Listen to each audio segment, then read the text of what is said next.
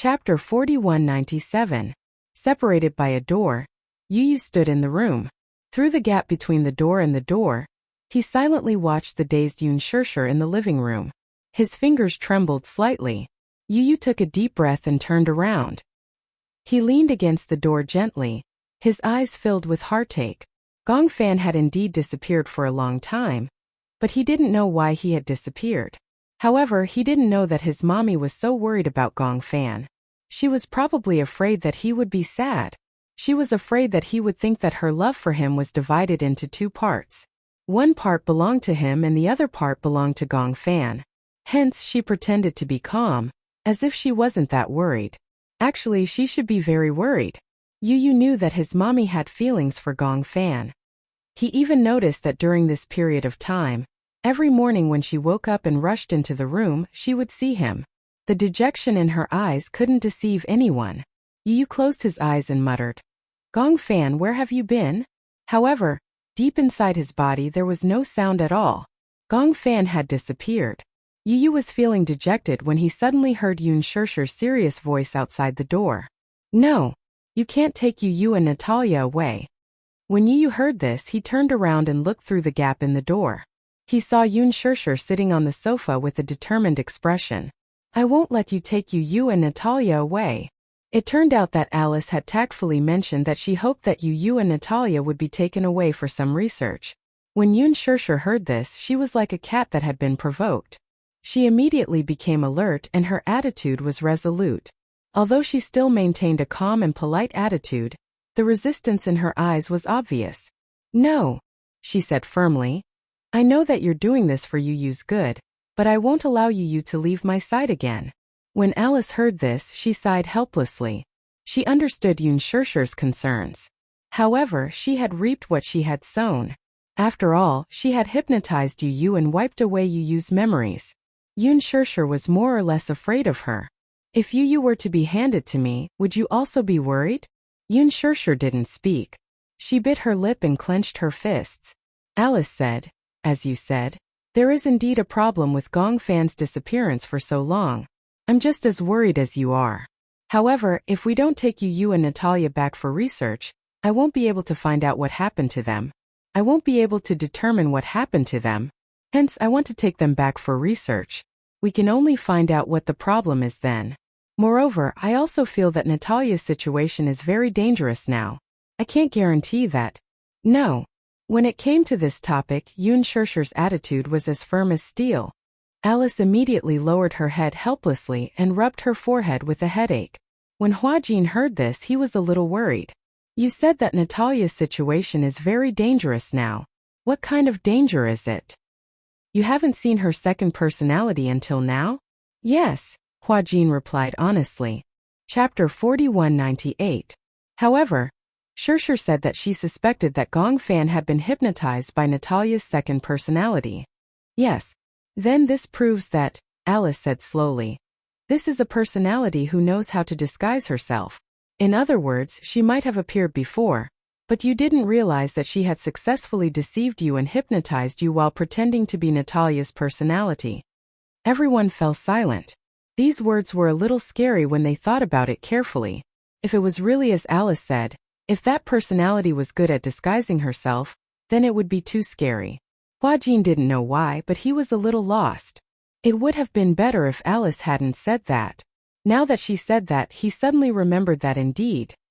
Sometimes when Natalia appeared in front of him, she gave him a very strange feeling. Now that he thought about it carefully, that personality might be Natalia, but she had disguised herself as Natalia. Perhaps he just didn't realize it. Thinking of this, Huajin couldn't help but feel a little uneasy. He suddenly raised his head and asked seriously, "Do you think that there is such a possibility?" Alice listened carefully. "Perhaps Natalia's second personality has already appeared. Perhaps I've seen it before. However, she used this crystal ball to hypnotize me and Gong Fan at the same time. We've all forgotten that memory, so we don't know anything about it, and we don't know that she once existed. Then, is it possible that she used this crystal ball to indirectly hypnotize Natalia and control her so that she could freely change her personality?" When Alice heard this, she didn't show too much surprise on her face. In other words, Hua Jin continued his analysis with Alice. Now that I've put away this crystal ball, Natalia has a feeling of anxiety. I've looked up information about hypnosis. If a person is hypnotized for a long time and the hypnosis is interrupted, the person's mind will become extremely anxious and reject the hypnosis. It can even lead to drowsiness, illness, and the deterioration of various immune systems. Alice nodded and felt that his analysis was very pertinent. I also have the same suspicion. So, because of this, I want to bring both of them back for observation for a period of time. Otherwise, I won't be at ease. However, as you can see, if I really bring both of them back, Shirshir won't be at ease. Everyone fell silent again. Not only Yun Shirshir, but even Hua Jin was worried that Natalia would be in danger if she was taken away by Alice. After spending some time together, it was impossible to say that Hua Jin didn't have any feelings for Natalia. He couldn't bear to hand Natalia over to Alice. It was too risky. His heart would ache. He couldn't even imagine Natalia being trapped in the laboratory and subjected to those inhumane experiments. However, if he kept Natalia by his side, he couldn't guarantee that Natalia's condition would be stable. What should he do? Hua Jin was also in a dilemma. He raised his head and looked at Yun Shirshir. He saw that she was in a daze, but he didn't know what she was thinking. Chapter 4199. Alice clenched her fists and suddenly looked up. Her expression was firm as if she had made a big decision. She said firmly, "Since you can't bear to part with you, then I'll come over. If Hua Jin doesn't mind, I'll settle down in his house. On one hand, I can take care of Natalia and observe her. On the other hand, I can monitor Yu's condition. This way you won't be separated from your son. What do you think?" Hua Jin and Yun Shirshir were in disbelief when they heard this. Especially Yun Shirshir. She found it hard to believe that Alice would leave everything in Hurricane to take care of Natalia. What about your work at Hurricane? What are you going to do? What else can I do? I can only run from side to side. Otherwise, I won't be able to rest assured about Natalia and you. This is the only way. Alice said it casually. However, Yun Shirshir knew from Gong Jie that although Alice was young, she had achievements that did not match her age. Hence, she had a lot of work to do at Hurricane. Was she willing to leave everything behind to take care of Natalia and Yu? Yun Shirshir felt a little guilty. Hua Jin was also a little hesitant. Are you sure? I heard that you have a lot of work to do. You can't be running back and forth all the time, right? It's fine. Alice sighed deeply. Actually, I can understand Shirshir.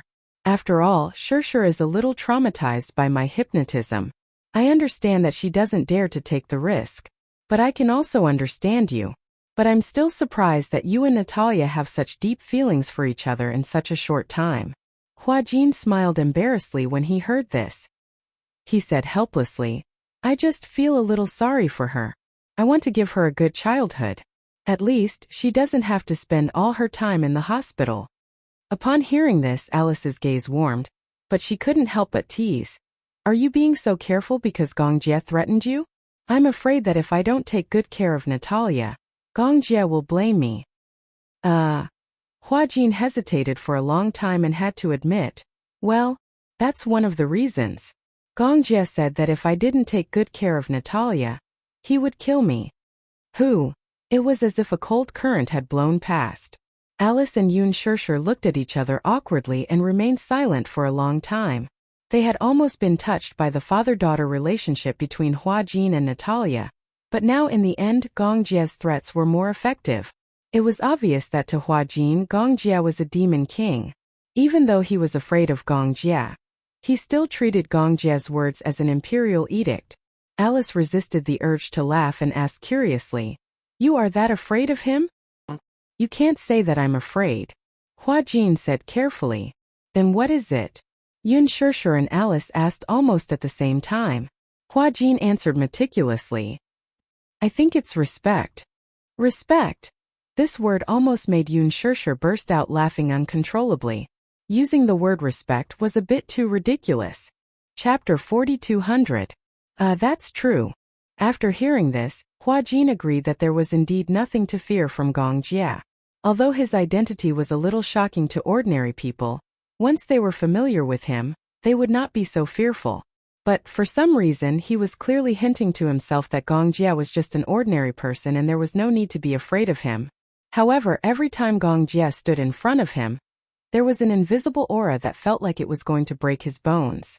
Even if a person with a strong aura did not have any expression on his face, he was still imposing. However, for some reason, Hua Jin had an inexplicable desire to gossip about Gong Jia. Did you grow up with him? I guess so. When I met him, he was still a young and inexperienced teenager. However, after being in Hurricane for so many years, I heard his father gossip about what he was like when he was young. Yun Shirshir was also interested. She and Gong Jia were separated when they were young and only reunited after a long time. Therefore, she was very interested in Gong Jia's childhood. What was Gong Jia like when he was young? Alice narrowed her eyes and frowned slightly.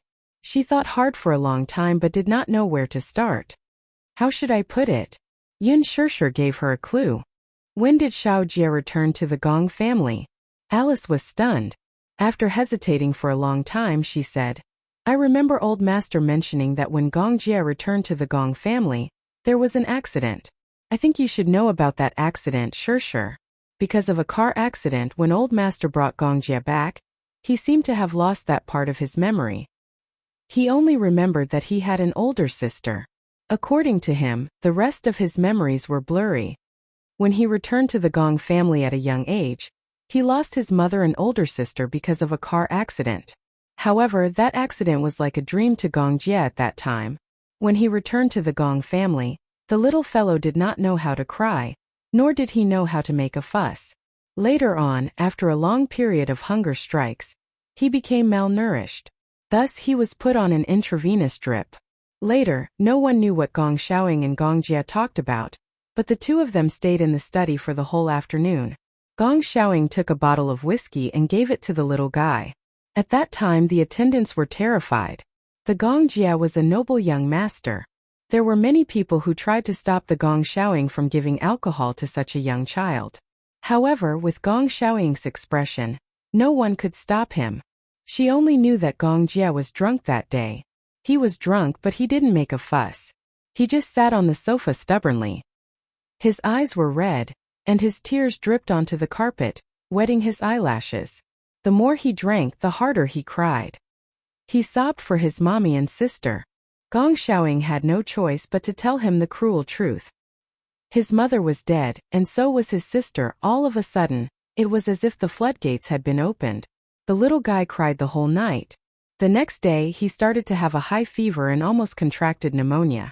When the fever subsided, he finally woke up from his muddle-headed state. However, his temperament had changed greatly. He didn't like to smile and he didn't cry easily. Chapter 4201. Yun Shirshir recalled. When Xiao Jie was young, he wasn't that domineering. In fact, he loved to smile. I loved to see him smile. It was so contagious. No matter how sad he was, his smile would sweep away the gloominess in his heart. From then on, he rarely smiled. From then on, Gong Jie began to receive military training in the Gong family. Gradually, as he grew older, he began to stand out among his peers. Gong Xiaoying was proud of having such an outstanding son. When he reached adulthood, he gradually entrusted him with some of the Hurricane Group's affairs. Gong Jia was very capable. Whatever Gong Xiaoying entrusted to him, he would always complete it well. However, Gong Xiaoying obviously underestimated his son's ambition. As the saying goes, the younger generation will surpass the older. This saying was true. Gong Jia's ambition would only be greater than Gong Xiaoying's, not less than Gong Xiaoying's. The Gong family consisted of the main family and many other branches. In such a large family, it was inevitable that the juniors of Gong Jia's age would have their first awakening of love when they were young. Young men like Gong Jia were addicted to debauchery at that time, but Gong Jia had no interest in women. Did you know? At that time, Master was very anxious. He thought that his son's orientation was abnormal. That's why he's been hinting to Gong Jia to find a girlfriend. For some reason, Hua Jin's eyelids twitched violently when he heard Alice's words. He didn't dare to look into Alice's eyes. He thought to himself, could it be that Gong Jia really had no interest in women? Yun Shirshir was also worried. I also feel that Xiaojie has no interest in women, but that shouldn't be the case, right? A straight man like him shouldn't like men. After pausing for a moment, Yun Shishir changed the topic. However, even if Xiaojie likes men, I will support him. As long as it's someone he likes, I will support him unconditionally. Cough. Hua Jin happened to be drinking water and choked at the wrong time. Yun Shishir looked at him and rebuked. You can even choke on water? Nothing. Hua Jin quickly added. I was scared by you. However, Gong Jie definitely doesn't like men. Are you sure? Alice disagreed. Most of the men I've seen think with their lower bodies. Logically speaking, adult men should have physiological needs that other men have, right? Even if he didn't talk about feelings, it was too illogical that he didn't have a woman after so many years. Anyway, everyone in the Gong family thinks that he's abnormal. This might not necessarily be the case. Some men have better self-control. Haha. Alice couldn't help but say, you really don't understand men. Could it be that you've never had a woman before? Hua Jin looked away guiltily. He had a woman. However, he had never been willing to have one. Speaking of which, he didn't seem to have any special feelings for a woman. Lin Shuya was one thing. When it came to Lin Shuya, he only had a sense of routine. When he was on the same set as Yun Shishir, he had interacted with her a lot. He had thought that Yun Shishir's ignorant feelings were probably just love. In fact, it was just a kind of dependence that longed for a family member. Chapter 4202. He treated Yun Shishir as his own sister and did not have any messy feelings for her. Therefore, he did not really understand why those men had a special obsession with women. He felt that he could probably lead a good life alone. Yun Shishir also agreed with Alice's words. Hua Jin, you think that you don't understand men. Most men, if they don't have feelings for women, they can also sleep on the same bed. They are different from women. Is this what you call a biological need? You can understand it that way. Yun Shishir continued. Humans have 7 emotions and 6 desires. They are not gods or saints, so how can they be pure? Hua Jin's face turned even redder. Yun Shishir did not notice, but Alice did. She felt that it was a little strange. She did not know why Hua Jin's face was so red. She did not think too much about it. Anyway, Gong Jie was obsessed with work for a long time. At that time, he went to a war-torn area like Africa without hesitation.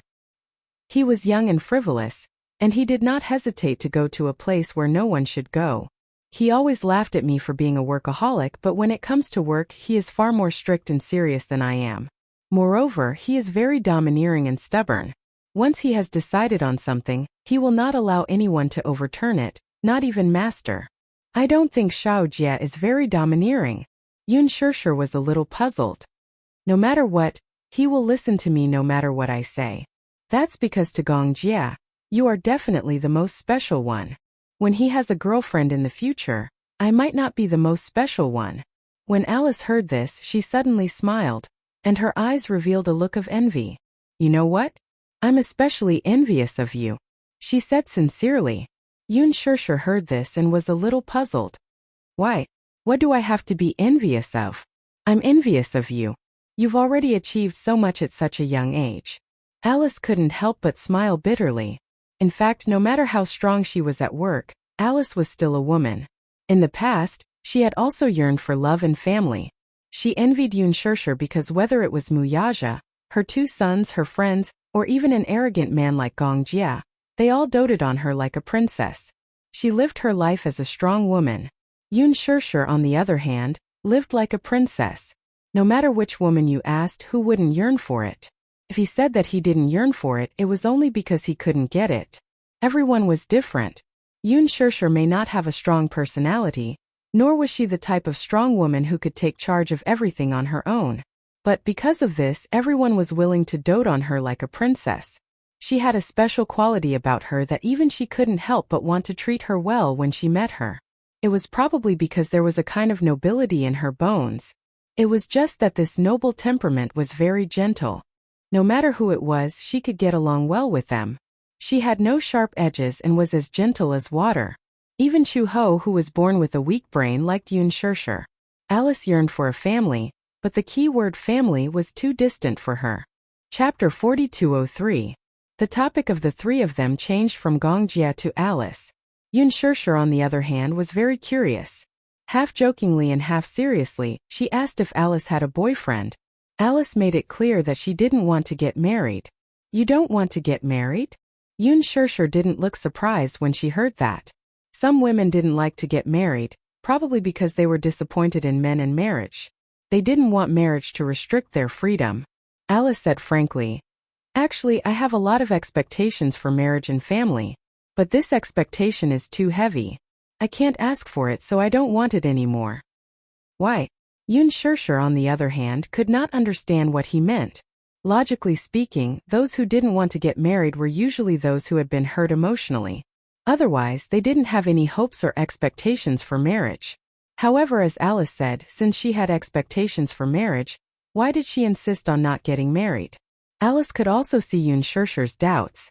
She took a deep breath and said calmly, "I can't have children, and I'm destined to not be able to have children.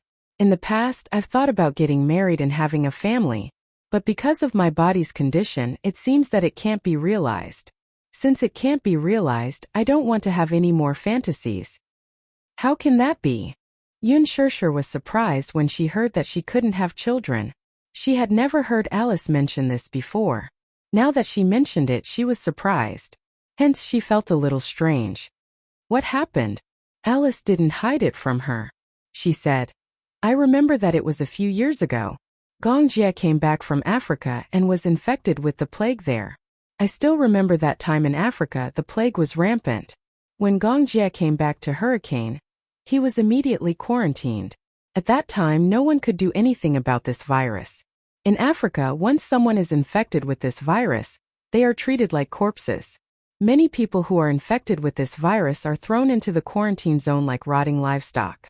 Most of them starve to death before the virus takes over their lives." Starve to death. When Yun Shirshir heard this, her heart couldn't help but clench. Of course, she knew that Gongjia had recovered, but how did he recover? Yun Shirshir faintly felt that it must be related to Alice's infertility. She used to pay attention to the news when she was in university, so she knew about the Amelia virus in Africa. Is it the Amela virus? Alice nodded. It was the Imanla virus. At that time, Gongjia's infection had not been serious, but no one knew when it had worsened. Yun Shirshir was suddenly enlightened. I heard that a vaccine was developed for that virus, but until now the epidemic in Africa has not been controlled. Yes, Alice said. Because the cost of the vaccine is very high, many places in Africa are relatively barren. Most of the war refugees don't have the means to be cured. Yun Shirshir asked tentatively, "This vaccine, was it developed by you?" "Yes." Then, Yun Shirshir and Hua Jin said almost in unison, "Was it developed by you?" Chapter 4204. At that time Alice was still a young doctor. She was not an authority in this field. Therefore, she was helpless against such a plague. After Gongjia and a few others were quarantined, the medical center of Hurricane was out of control for a long time. No one knew how terrible this virus was. It also meant that no one knew how long Gongjia could survive after being infected with this plague. Many of the mercenaries who came back from Africa with him and were infected with this virus did not survive. Therefore, Alice was very nervous at that time. More importantly, in the end, even though the preliminary vaccine had been obtained, no one dared to put it into use without testing it first. No one dared to test it on Gongjia's body. Therefore, at that time, Alice did not know what she was thinking. She appeared in the laboratory and calmly proposed the idea of using herself as an experiment subject. Everyone was overjoyed. At that time, Alice was still very young and had not entered Hurricane yet. She was just an intern in the medical center, and was not considered an experienced doctor. Therefore, in the eyes of many people, she was worthless. However, since she was willing to use her body as the price, the researchers who were researching the vaccine were naturally surprised. However, Alice was also informed in advance that because the vaccine was the preliminary vaccine, once the implantation failed, the virus would backfire and her life would be in danger. Alice understood, but she was not afraid. She did not hesitate to use herself as an experiment subject. However, as expected, the experiment failed and the virus backfired. She was infected with the virus and was finally out of danger after a few days and nights of emergency treatment. However, because she accepted the human experiment without permission, she was expelled from the hospital. It was also because of the virus that she could not have children for the rest of her life. Because of the infection of the virus, most of the chromosomes in her body were destroyed. Even if she could have children, there was a terrible possibility that she would give birth to a deformed child. Therefore she gave up. You did it for Gongjie? Alice suddenly fell silent. She pursed her lips and said calmly, "You can think of me as the Virgin Mary. For the health of the world, I sacrificed my life for righteousness." She was so relaxed that it was difficult to see how painful it was to make this choice at that time. However, Alice did not mention that she was willing to do it for the sake of Gongjie. She had seen Gongjie before. Before entering the hurricane, she had met him by chance as a medical volunteer in Africa. It was only this side that seemed to last for 10,000 years. She dreamed of entering Hurricane and becoming a member of the Hurricane Medical Center. However, as soon as she arrived at Hurricane, she had to deal with the news that Gongjie was infected with the virus. She did it almost without thinking, even though she knew that this result was definitely not something she could bear. However, at that time her head was hot and she didn't think about anything else. Gongjie didn't even know about it. Alice also rarely mentioned this matter. Infertility was the result of a series of full-body checkups after her recovery. She couldn't accept it, but she had to. Fortunately, Gongjie didn't have any serious problems. After learning a lesson from Alice, the vaccine was perfected. Therefore, Gongjie recovered very well. Chapter 4205. This was enough to make Alice feel gratified. At least Gongjie was doing well. She liked Gongjie. Although it wasn't love, this kind of liking was enough for her to give her all. However, she had never confessed her love for Gongjie to anyone. It wasn't that she didn't think that she was worthy of Gongjie, but she knew that Gongjie had no interest in her. If the feelings of liking someone were not mutually willing, then it would only become a burden to reveal one's heart. Hence, Alice had never mentioned this matter to Gongjie, so that he wouldn't feel burdened. She also didn't feel that Gongjie had to reciprocate her love and her efforts. This wasn't liking someone. This was kidnapping. This was extortion. This wasn't her motive and it wasn't her style of doing things. Hence, she suppressed this matter in her heart. She also restrained her love for Gongjie deep in her heart. Alice smiled. I didn't expect that my unintentional actions would indirectly save Gongjie. It's really a coincidence. She pretended to be relaxed, but Yun Shishir's expression turned serious when she saw it. Although Alice didn't show any signs of regret, she still probed carefully. Actually, you did all this for Xiaojia, didn't you? Alice was stunned and didn't say anything. She avoided Yun Shishir's gaze and said casually, No, I only did what I had to do. Because of me, the vaccine was developed and the illness was under control. As for Gongjie, that can only be said to be a coincidence. Since she had already said so, Yun Shishir didn't expose her. However, she could see that Alice was restraining her love for Gongjie. She was almost certain that Alice had ended up infertile because of Gongjie. However, she could understand Alice's feelings, even if she didn't say it out loud. Because if it was a love that was destined to fail, once spoken, it would become a burden. Alice didn't want to put any burden on Gongjie. Thus, she looked calm and collected, carefully protecting her last bit of dignity. She didn't want her liking to become a kind of demanding and pitiful. Actually, it's not a big deal to be infertile. Alice pursed her lips and said seriously, If there is a chance in the future, I can meet someone I like who also likes me. If he doesn't mind, we can adopt a child and treat her as our own. At least I can fulfill my dream of being a mother. Even if she is not my biological child, I will still treat her as my own. She already had a plan. However, that was a matter for the future. Alice stood up and said to Yun Shishir, I'm going to check on Natalia. In this way, it could be considered as a covert way of avoiding the topic. It was obvious that she wasn't willing to talk much about this matter. Yun Shishir and Hua Jin also tacitly agreed and stood up with her. The three of them entered the room. At that moment, Yu was sitting in front of the bed and Xiaoi Chen was leaning against the sofa. He was obviously sleepy and had fallen asleep. However, he was a light sleeper and had originally closed his eyes to rest. When Alice walked in just now, he woke up with a start. Xiaoqian opened his eyes and saw that it was Alice and Yun Shirshir. He stood up and said, "Mommy." Alice, you're here too. Chapter 4206. How's Natalia? Yu said. Her fever seems to have subsided a little. It's not as serious as before. Let me take a look. Alice walked over and took out her thermometer. She scanned her body and the temperature was 39 degrees Celsius. This meant that her fever was slowly subsiding. She relaxed her eyebrows. Seems that her fever is subsiding. Yun Shirshir also heaved a sigh of relief. Hua Jin was still worried. Will it relapse? I don't know. Alice shook her head. My initial suspicion is that she has a fever on the surface of her body. There's no inflammation, no virus infection, and no signs of a cold or fever. I'm guessing that she probably hasn't slept well for a few days. Her body is weak, so it's just a fever on the surface of her body. She should be fine after more rest. Hua Jin was relieved to hear this. Yun Shirshir asked worriedly, Are you sure you're all right now? 39.8 degrees Celsius. This number scared me. Yu's body was weak when he was young, but he didn't have such a high fever. Alice comforted her. Don't worry, she'll be fine. If anything happens, I'll ensure her safety. Since I'm here today, I don't plan to leave. Don't worry and have fun. It's rare that you have a break, so you should enjoy it. Leave Natalia to me. Hua Jin couldn't help but feel worried when she said this. He said sadly, I don't have the mood to play anymore seeing her like this. It's okay, I'll stay here to keep her company. Alice nodded.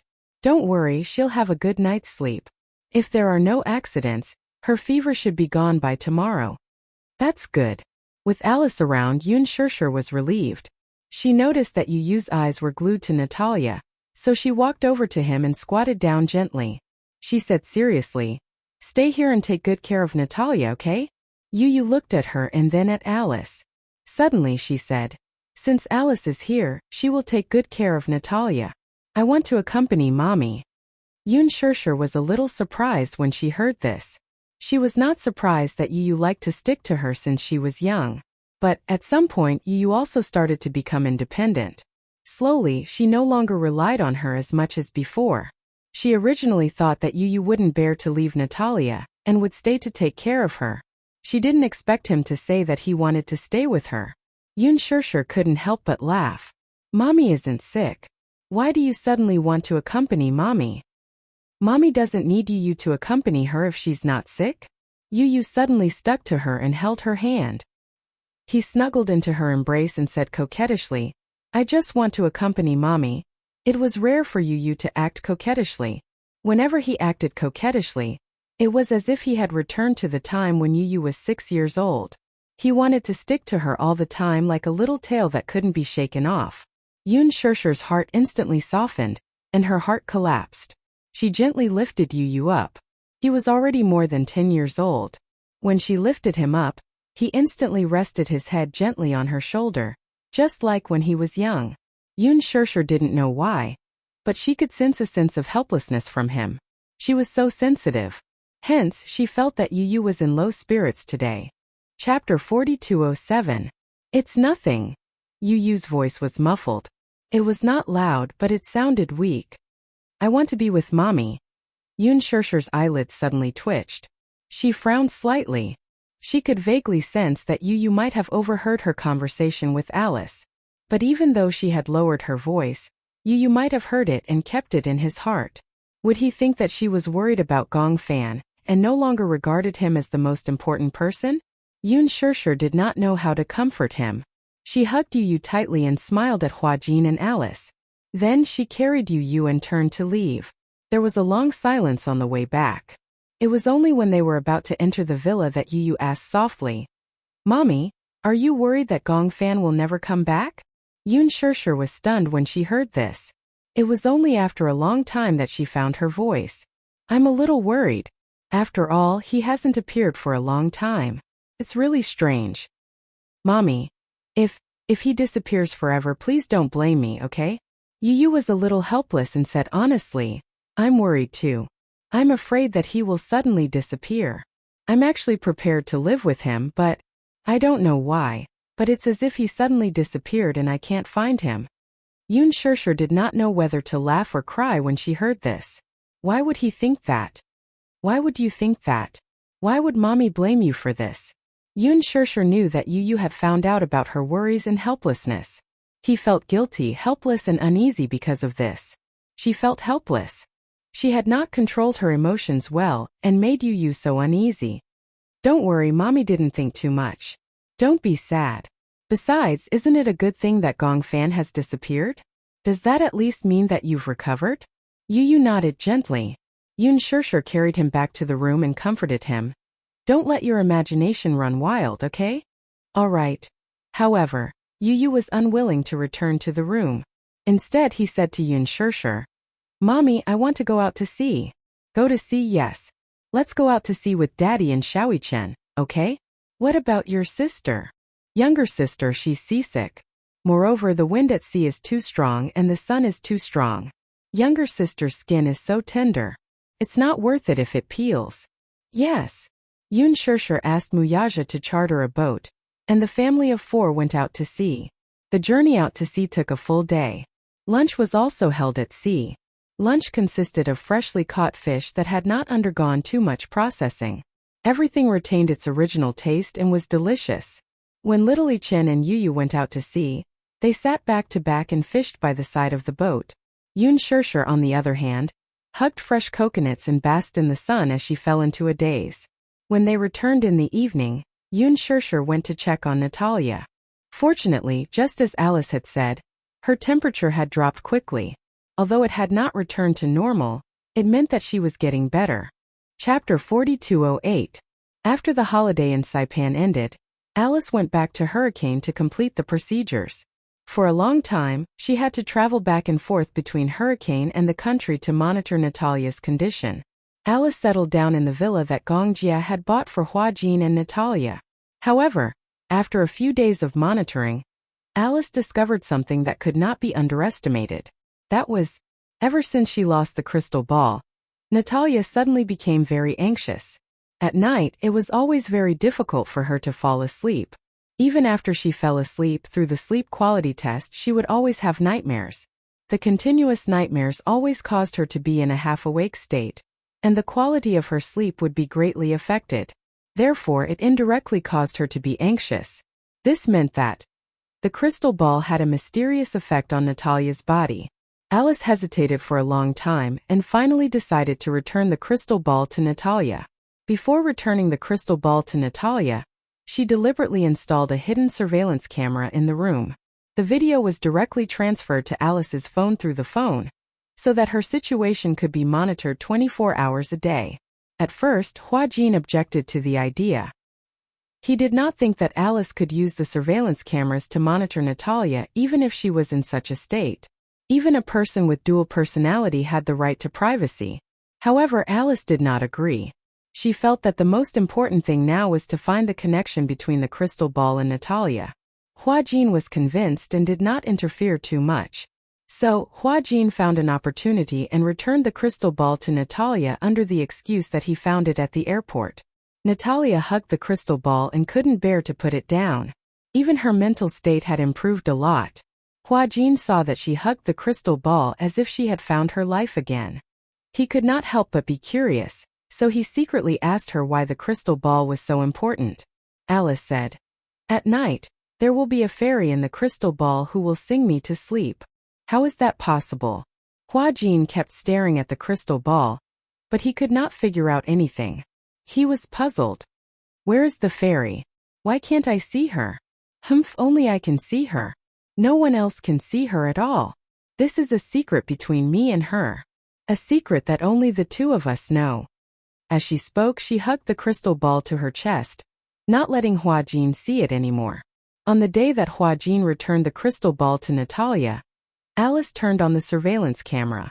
However, it was this surveillance camera that made Alice discover a very serious problem. She found that every day before she went to bed, Natalia would hold the crystal ball and stare blankly for half a day, as if she could see something from the crystal ball. But then there was an obvious change in her condition. This state was not unfamiliar. Alice knew very well that Natalia had been hypnotized into this state. How could this be? This was somewhat beyond Alice's knowledge. Logically speaking, even if it was hypnotism, it still required the hypnotist and the hypnotist to work together. Not one of them could be missing. The crystal ball was nothing more than an auxiliary tool. Chapter 4209. What was even more surprising was that Alice finally discovered Natalia's second personality during the surveillance. Natalia appeared. It was early in the morning. Alice set an alarm to wake up. Usually, Natalia would wake up at 8 o'clock, but Alice would set an alarm at 7 o'clock. She would wake up early and pay attention to Natalia's situation at all times. She clearly noticed that the moment Natalia opened her eyes, she became a stranger. She didn't know that there were surveillance cameras in the room, and she didn't know that her every word and action was being monitored by Alice. Not to mention her. Even Hua-Jin didn't know where Alice had secretly placed the surveillance cameras. In fact, Alice had placed the surveillance cameras very discreetly. There were a total of 10 corners in the entire bedroom, and they were secretly placed with surveillance cameras. One of them was at the head of the bed, directly facing Natalia's face. When she woke up, she didn't have Natalia's usual eyes, but a pair of cold eyes that Alice had never seen before. Cold, dark, and without a trace of the mortal world.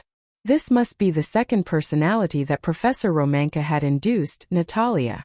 She first sat up from the bed, but she didn't put on her clothes immediately. Instead, she sat on the side of the bed for a while. Then she walked to the desk and sat down. Then she stared at the calendar for a long time. She seemed to be observing the date and something else. Alice looked at it seriously. She realized that other than the change in Natalia's eyes, there were more strange behaviors. Only then did she really believe that the person in front of her was Natalia's second personality, Natalia, and not Natalia. This at least proved that Professor Romanka's creation theory was absolutely successful. Even if a person had a normal personality, they could still create a dual personality through acquired means.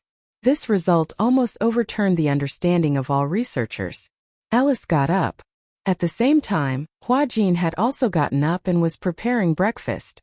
Natalia's breakfast had always been prepared by Hua-Jin.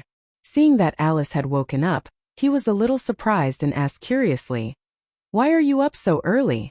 Although Alice got up early, she didn't have the habit of eating breakfast, so she didn't go downstairs every morning. Alice said to Hua-Jin, "There's a problem." "What happened?" "I have a feeling that Natalia might have switched to a second personality today." "Just pretend you don't know." Hua-Jin was slightly surprised, but before he could ask anything, Natalia had already come downstairs. Alice still had doubts about whether the woman was Natalia or not, so she still had her reservations. She assumed that the woman was Natalia for the time being, but she was still suspicious. When Natalia came downstairs, Alice observed her closely. From the angle of the surveillance camera, Natalia was cold and indifferent. She didn't even look like a normal child. But once she came downstairs, she showed Natalia's usual innocent expression. "Morning." She walked to the dining table and sat down obediently with an innocent expression on her face. "Are you still having ham and bread today?" Chapter 4210. "I don't want to drink milk anymore. I'm tired of drinking milk every day." She said so. Alice instructed Hua-Jin to prepare yogurt without batting an eyelid. She asked, "Is yogurt okay?" "Yeah, that's fine too." Natalia nodded. From her expression, it seemed that she was no different from her usual self. However, Alice felt a chill run down her spine. The Natalia in front of her didn't seem to be any different from her usual self.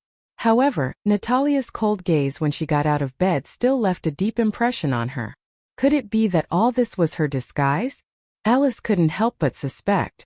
Was Natalia a good actress? Hypothetically speaking, this was the case. Natalia was familiar with Natalia's personality in everyone's eyes. Hence, she would deliberately imitate Natalia's every word and action. She even knew what Natalia liked. Yogurt, ham, comic books, swings. However, when Hua-Jin placed the yogurt in front of her, Natalia was obviously a little hesitant. However, after a short while, she picked up the cup and took a sip. She knew Natalia's likes and dislikes. Hence, she played the role of Natalia without batting an eyelid. Alice acted as if nothing had happened. She didn't want to make her suspicious. A day passed and nothing seemed out of the ordinary. Natalia was obviously not close to her. After breakfast, she returned to her room. Through the surveillance camera on her phone, Natalia was sitting at her desk, obediently flipping through her comic book. She seemed to be enjoying it. She didn't seem to have changed much from before. Could it be that scene in the morning was her imagination? Alice wondered. Soon the day passed. Natalia went to bed early as usual. However, she keenly noticed that she did not hug the crystal ball before going to bed that day. Instead, she marked a circle on the calendar and went to bed early. Alice sneaked into her room while she was asleep. At that moment, the room was unusually quiet. Only the sound of Natalia's breathing could be heard. It was obvious that she had fallen asleep. After making sure that she was asleep, Alice flipped through the calendar. She was shocked to find that there were circles on the calendar. Not every day had one. On average, there were only 2 circles a week. At most, there were 3 circles. This phenomenon had existed tacitly for 2 months. Could she understand that this was a mark left by Natalia on the calendar? If Natalia was the one who woke up, she would leave a circle on the calendar as a mark. If that was the case, Natalia would appear about 9 times a month. These 9 times, however, Hua Jin did not notice it at all. Did this mean that Natasha's research was so godlike that even the people around her did not notice this detail? Alice couldn't help but feel terrified. So why did Natalia copy Natalia's every word and action? What was her purpose in doing this? Was to disguise herself? Could it be that this was a way to protect himself? Then if the hypnosis was real, what was Natalia's purpose for hypnotizing Hua Jin and Gong Fan? More importantly, a child, even if it was a created second personality, what methods did she have to know hypnosis? Chapter 42:11. Before this, Alice had the habit of communicating with Hua Jin every day. Usually, it was over the phone to find out about Natalia's situation and changes. However, Hua Jin said that there was nothing out of the ordinary. That meant that there was a big problem. There were too many things that needed to be uncovered. Alice suddenly realized that Natalia might be hiding many secrets that no one knew about. The next day, when Natalia woke up, Alice discovered through the surveillance that it was the other personality, Natalia, who had woken up and not Natalia. As soon as she walked downstairs, she skipped over to Hua Jin and asked with a smile, "Can I go and play with you today?" You? Hua Jin was stunned. Now that Alice was not by his side, he did not know how to reply. He had no way of monitoring Natalia.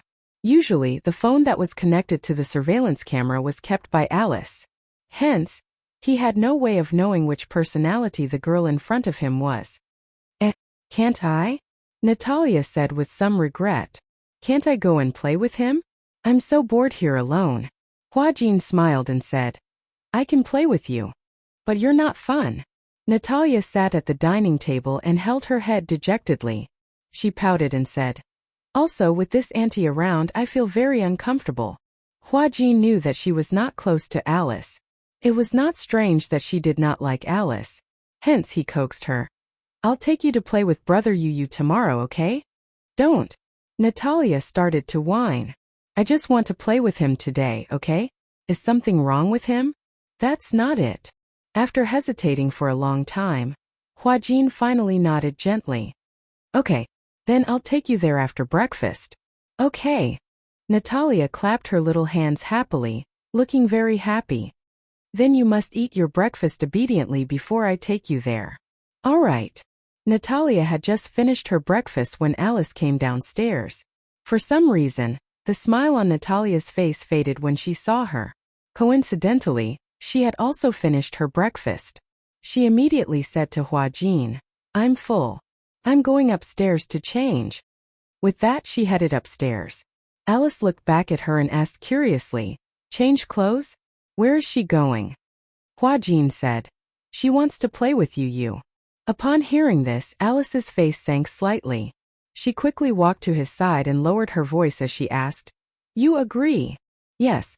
Hua Jin sensed that something was wrong with her expression and immediately became nervous. "What's wrong? Can't I?" "It's not that I can't. It's just that her condition is not stable now. I don't want her to interact with you." "Why?" Hua Jin found it strange. I don't think there's anything wrong with her. Just because you can't see it doesn't mean it doesn't exist. Alice looked at him reproachfully. Are you going to take her out now? Hua Jin nodded hesitantly. Yes.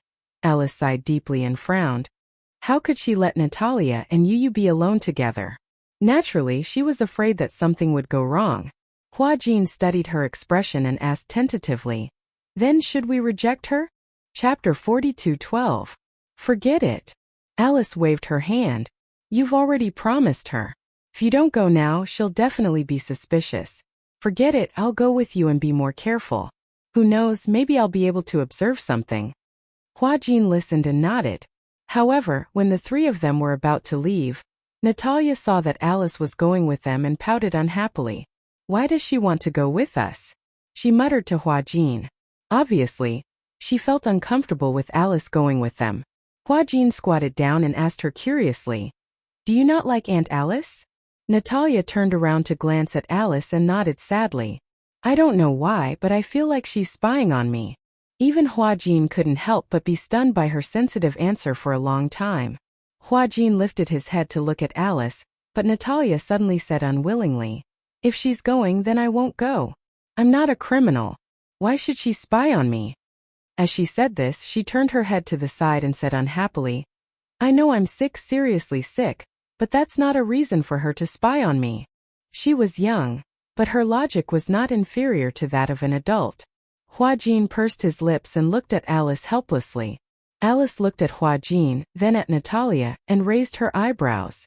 She could tell that the latter was unhappy that she had tagged along.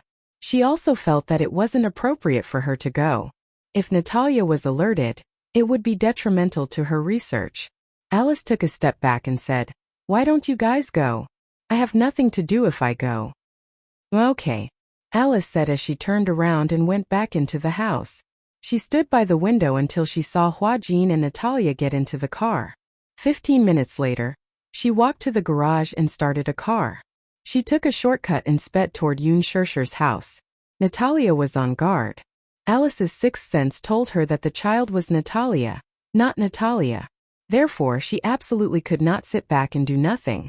Because they took a shortcut, Alice arrived at Yun Shershur's house before Hua Jin did. Yun Shershur knew that Hua Jin and Natalia were coming, so she started preparing an exquisite lunch early in the morning. When she saw that Alice was also here, she was surprised. What happened? She looked at Alice and saw that she had come alone. She was a little confused. Where are Hua Jin and Natalia? That little girl is on guard against me. She didn't want me to come with her, so I came secretly. She said that she wanted to play with you. I was also worried that she would interact with you alone. I want to talk to you alone. Yun Shershur immediately nodded when she heard this. Okay. Alice went up to the study on the second floor. Yu was reading in the study. Alice knocked on the door and walked in. Yu was a little surprised to see her. Alice? Shua. Alice walked up to him, looking a little serious. Yu was stunned. What's wrong? You don't look well. Did something happen to Natalia? Chapter 42:13. Alice squatted down in front of him and said gently, I found something fishy these few days. Do you still remember when Gong Fan was hypnotized by Natalia? You didn't think much of it. That was a coincidence. There's no evidence. It must be Natalia who hypnotized Gong Fan. But don't you think it's too much of a coincidence? The two of them came into contact once and something happened to Gong Fan. I suspect that Natalia's other personality, which is Natalia, might know hypnotism. How could she know hypnotism? It was unbelievable that such a young child would know such powerful hypnotism. Yu found it hard to believe. Even a hypnotist like Alice only finished her apprenticeship a few years ago. Other than Gong Fan, you haven't had any direct contact with Natalia. There are too many unknown possibilities. You can't say for sure, and I don't dare to make a conclusion either. Yu nodded slightly. I understand. You want me to be careful. Alice explained some of the usual hypnotism techniques seriously. Do you know about awake hypnotism? Yu shook his head. He didn't understand the field of hypnotism.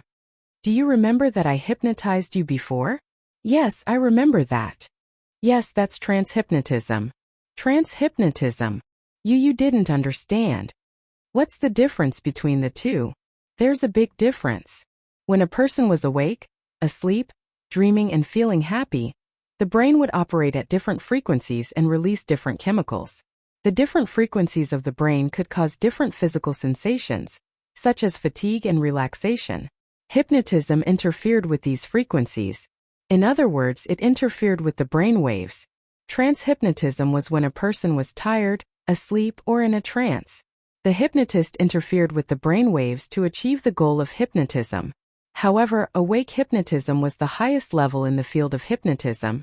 Awake hypnotism wasn't something that any hypnotist could do. Awake hypnotism required a hypnotist's talent. In other words, it had nothing to do with age. There were many classic examples of lucid hypnosis in the real world.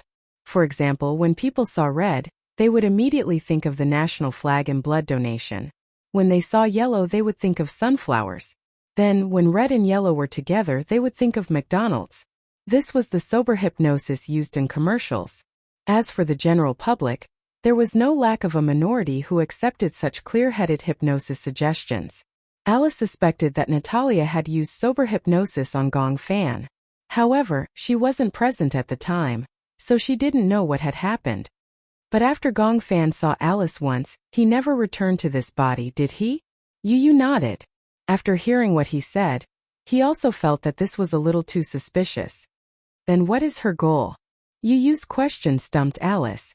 Even she could not be sure why Natalia would do that, and why she would use lucid hypnosis. She had thought of many possibilities, but none of them could be valid. However, her sixth sense told her that there must be something that she had missed. However, I don't understand. What's the benefit of Natalia hypnotizing Gong Fan? Chapter 42:14. I don't know. But I think there is something suspicious. Yu blurted this out of the blue. When Alice heard this, she was surprised. Go ahead. Professor Romanka worked so hard to cultivate Natalia, and used her as an experimental specimen. Why did he let us take Natalia away so easily? Don't you think it's suspicious? Alice was stunned. Yu looked at her and said, I think the real suspect is Professor Romanka. Do you think it's possible for someone else to control her personality? Well, I can't tell you now. Maybe it sounds like a fantasy story, but I do think it's suspicious. Maybe I'm just imagining things.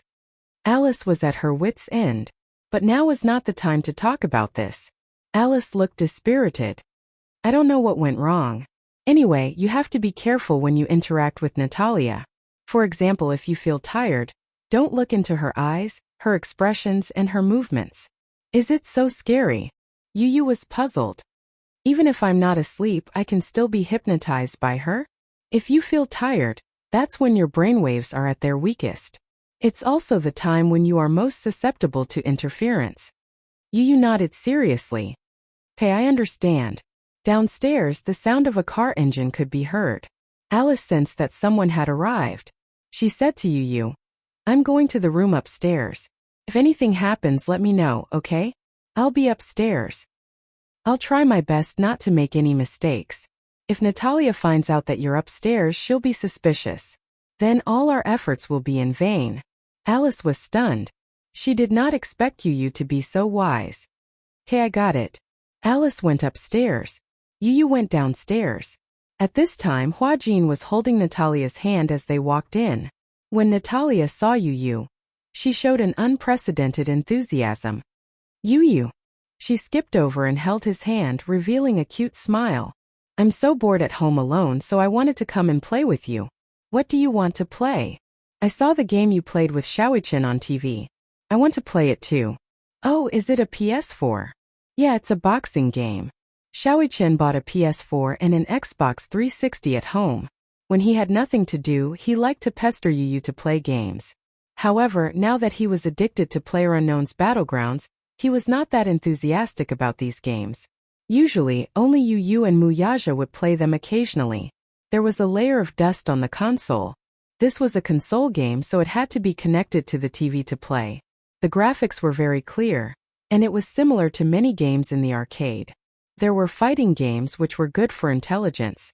The last time Natalia saw Yu and Xiaoichin playing Tekken 7, She was very interested in it. Hence, she said that she wanted to play with Yu. However, she had to go home later, so she did not play. Chapter 42:15. The two little guys surrounded the TV and played with relish. Yun Shirshir brought the desserts over, but she realized that Yu was obviously not in the mood. He was looking at the television, but it was as if he wasn't looking at the screen. He was holding a controller in his hand and randomly pressing buttons. Even so, he was randomly pressing buttons in the air. Natalia's face was red from playing with all her might, but she was still no match for Yu. Oh, why do I keep losing to you? Natalia was huffing and puffing her cheeks. It was obvious that she was playing with fire. Yu finally came back to his senses and said apologetically, "Oh, I'm sorry. I was thinking about something just now and wasn't playing seriously." Oh. Natalia's face was full of question marks. Yu said straightforwardly, "Maybe if I play seriously, I won't be able to beat you."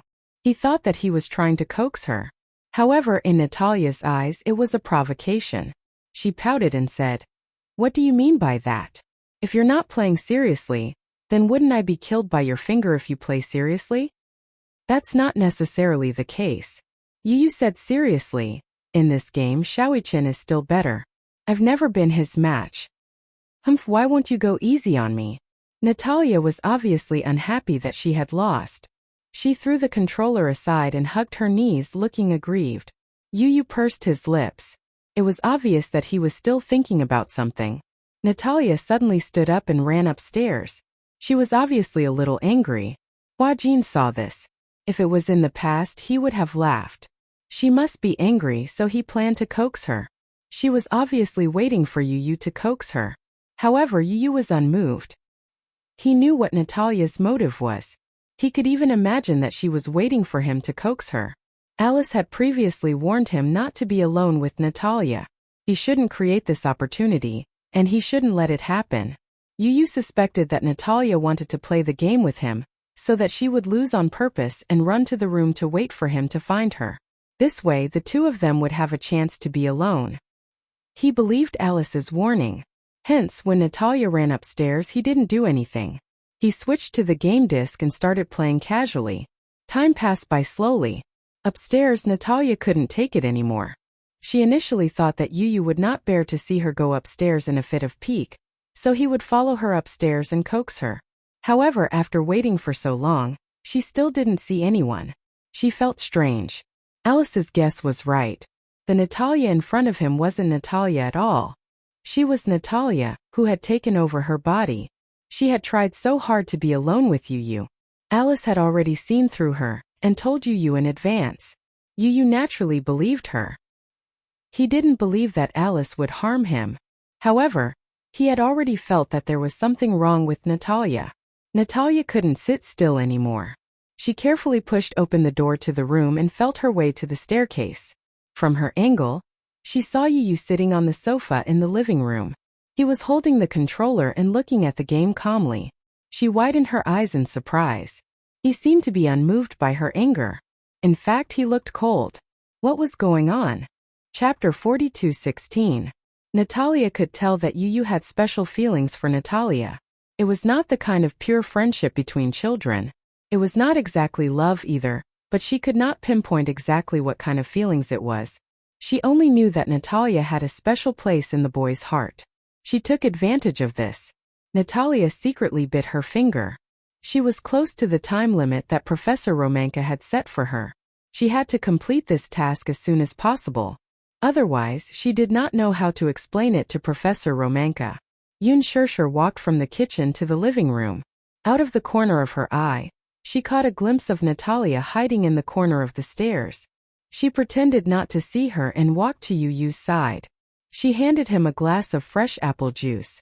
Your favorite apple juice. Yu loved to eat apples. In addition, Alice had given Yun Shirshir a nutritional formula that required Yu to eat 3 apples a day to replenish his nutrients. Strengthening his physique was Yu's top priority now. However, just thinking about eating 3 big apples made his cheeks hurt. In the beginning, Yu could not insist on this at all. It was already hard enough to chew on 1 apple, let alone 3. He couldn't do it at all.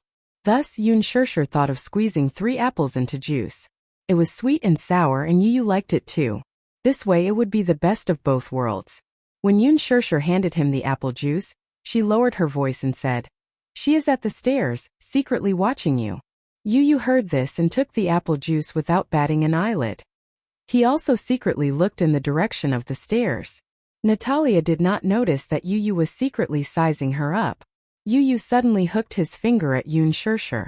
"She is Natalia." "How did you know?" "Alice told me." Yu continued.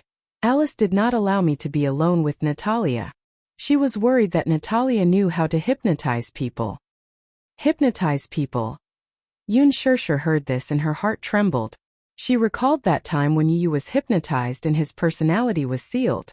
She even thought that Yu's personality would never come back.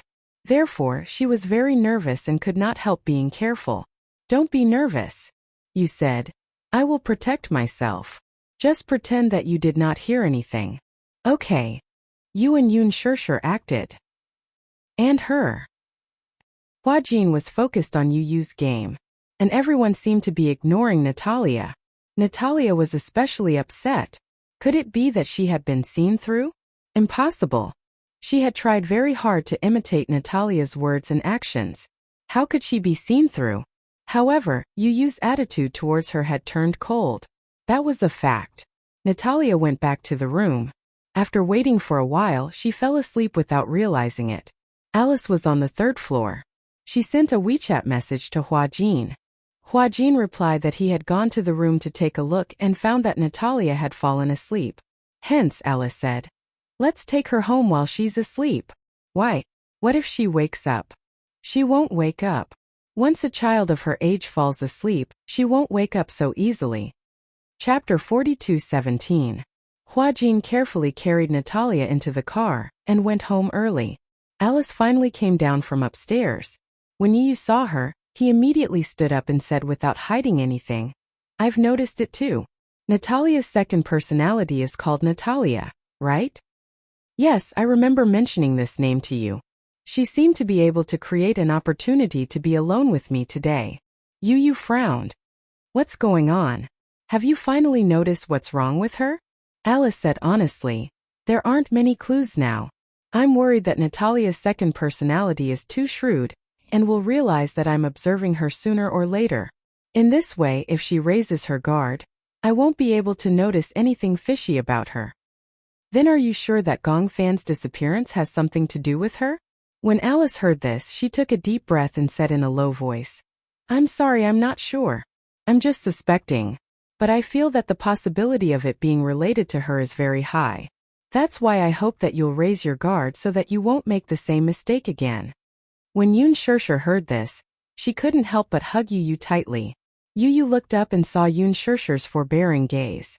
He turned around and said to Alice, "How do you know about Gong Fan's current situation?" Alice was stunned. "What do you mean?" "You also know that Gong Fan has disappeared for too long. Did he really disappear? Or did something happen because of Natalia? Is she in danger?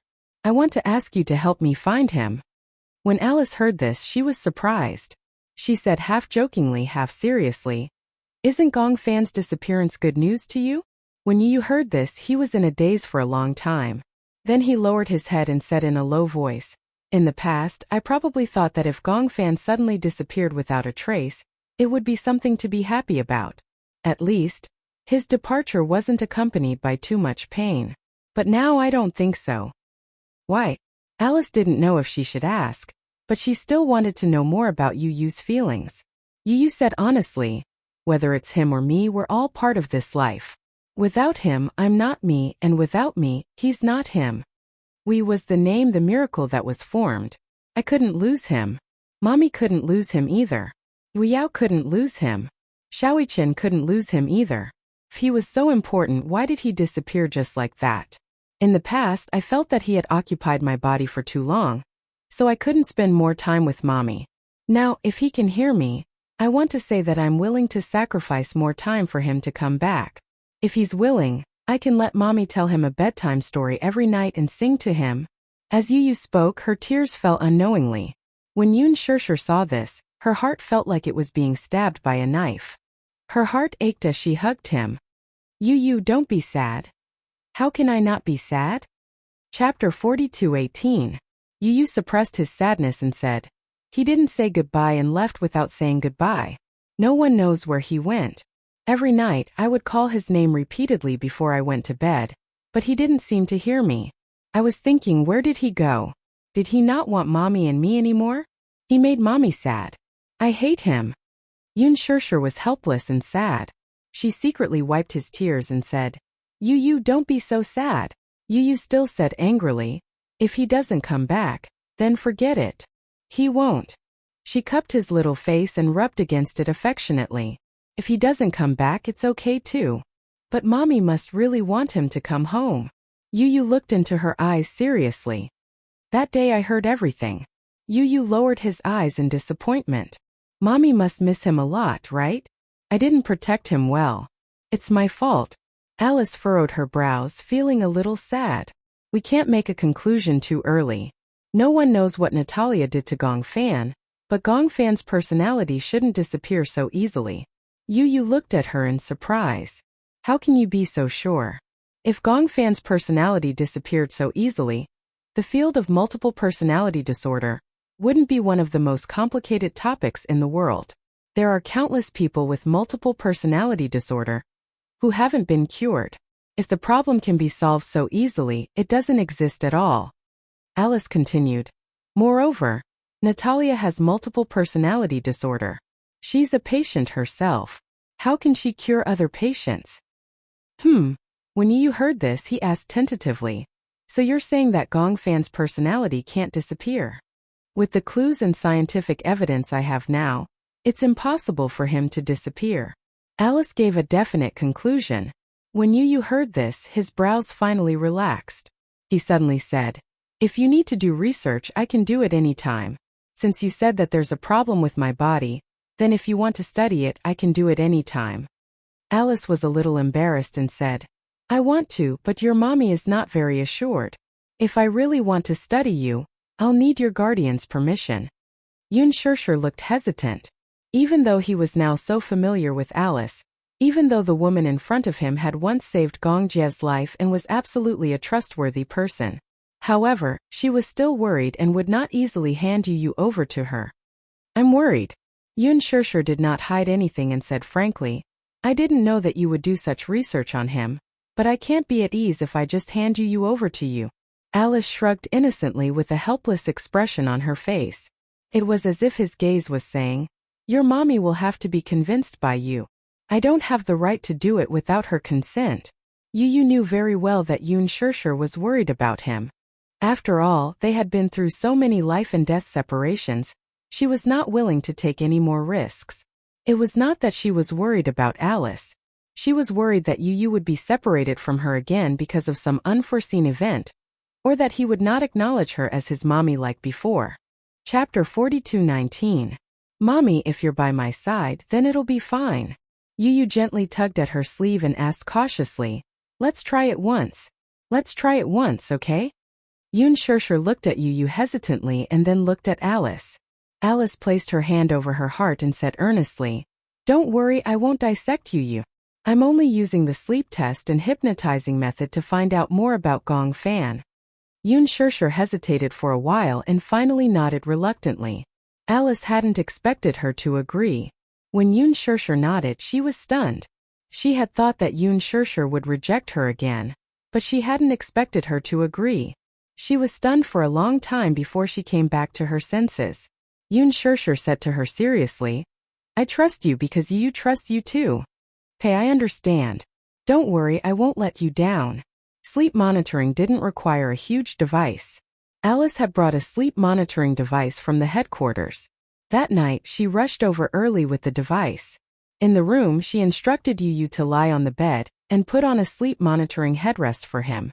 She turned on the power and his brainwaves were displayed on the small screen. What's this? These are your brainwaves. Then, is there any explanation for the sleep monitoring? Yu suddenly felt that he hadn't asked the right question. He asked again, why do you want to monitor my sleep? It monitors the frequency of your brainwaves when you sleep. From the details of the frequency we can find many problems. Alice then said to him, Go to sleep. I can't sleep now. Alice was stunned. Your mommy said that you usually sleep at this time.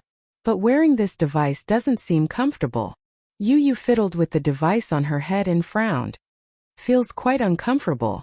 Alice carefully adjusted it for him again. How about this? That's much better. Yun Shirshir quickly walked into the room. When Yu saw her, his eyes lit up.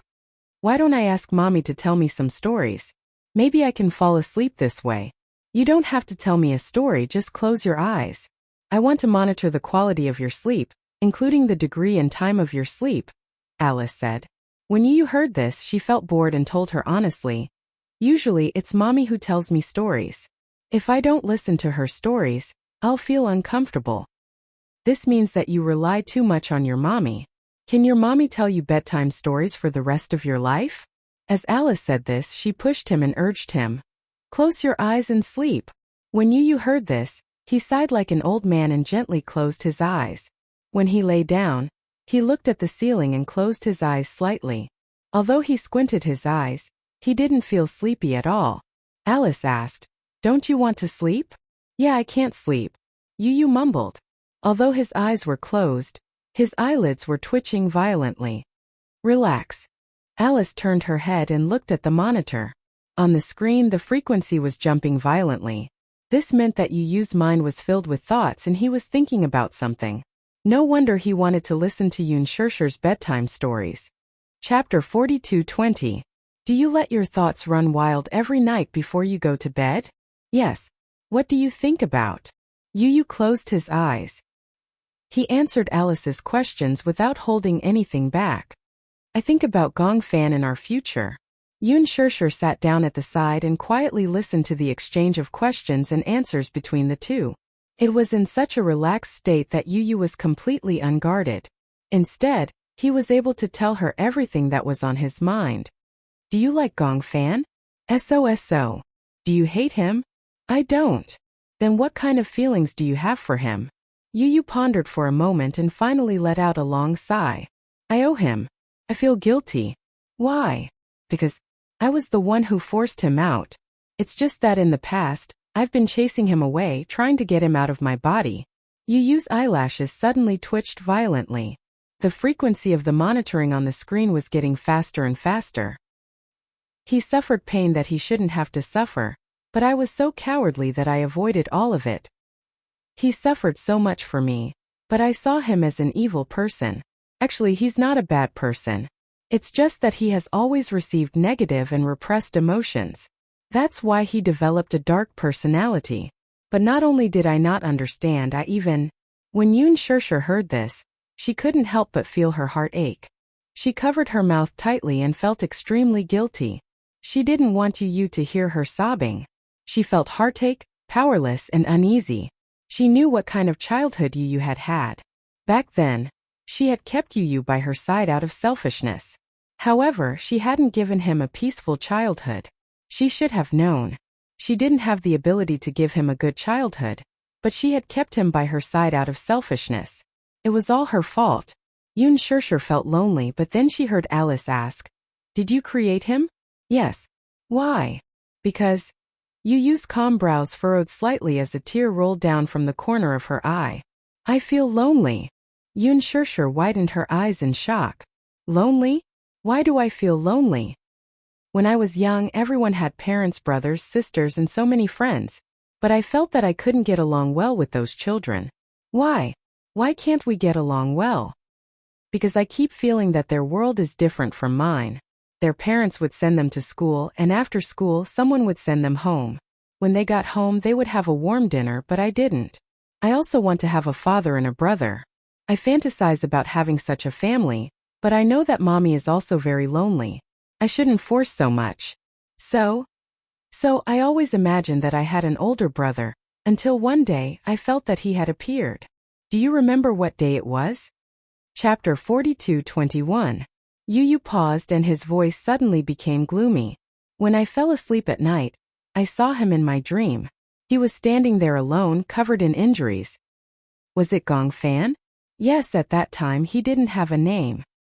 He didn't seem to see me, but I could see him standing in the dark world with a lonely gaze.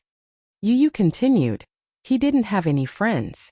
Alice looked at him and suddenly asked softly, "Have you ever thought of being friends with him?" "No." Yu frowned and said uneasily, "I was afraid that he would snatch her from me." "Snatch from what?" "Mommy." Yu gradually looked exhausted. "Apart from Mommy, I have nothing. I don't have any friends or family. I only have Mommy. What if he snatches Mommy away from me?" So at that time, I hoped that he would die. Yu's voice suddenly became cold. I hoped that he would never appear in my world again. Alice furrowed her brows and turned to look at Yun, only to see that the latter's face was already streaked with tears. "I'm sorry," she prayed in her heart. She didn't expect that his childhood experience would leave Yu with such a dark world in his heart.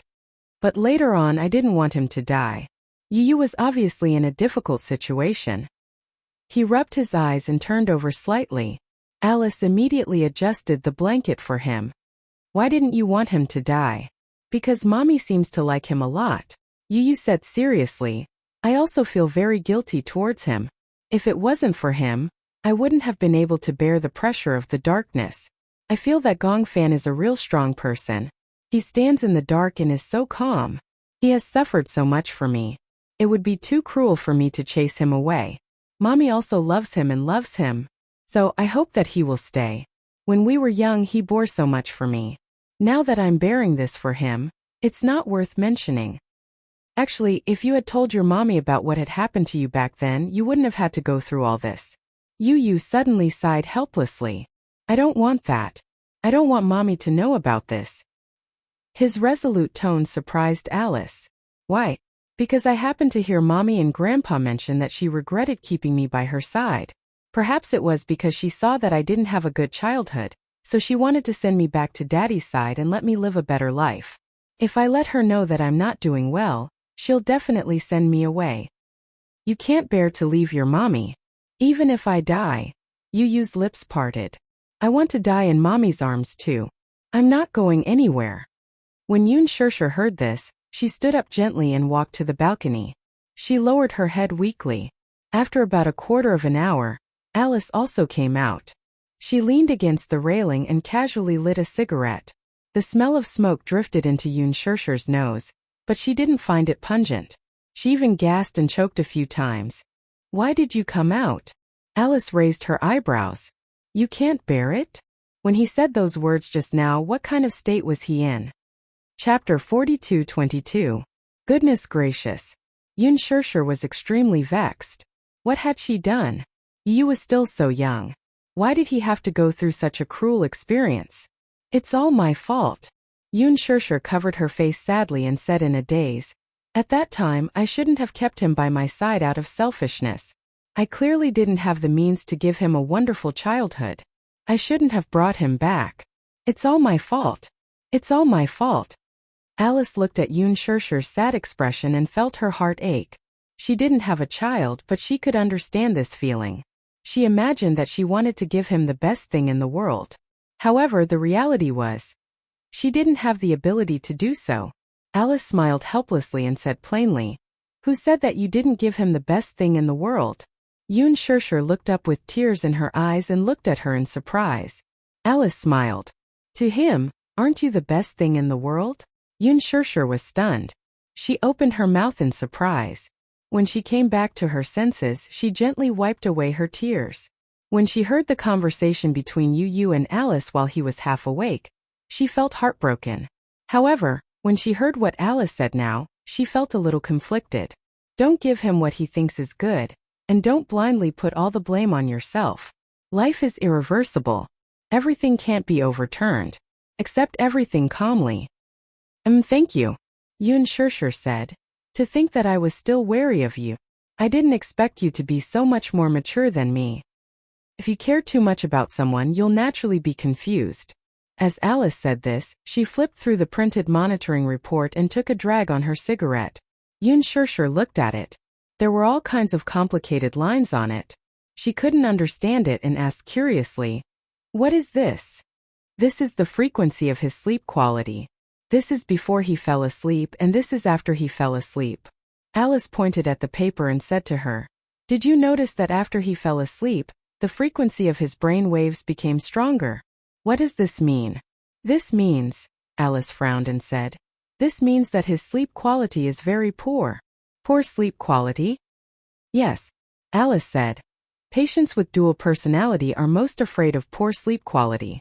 If the quality of sleep was not good, the negative mental pressure would be too strong, and it would be very easy for one's mental power to collapse. A person's willpower was often very weak.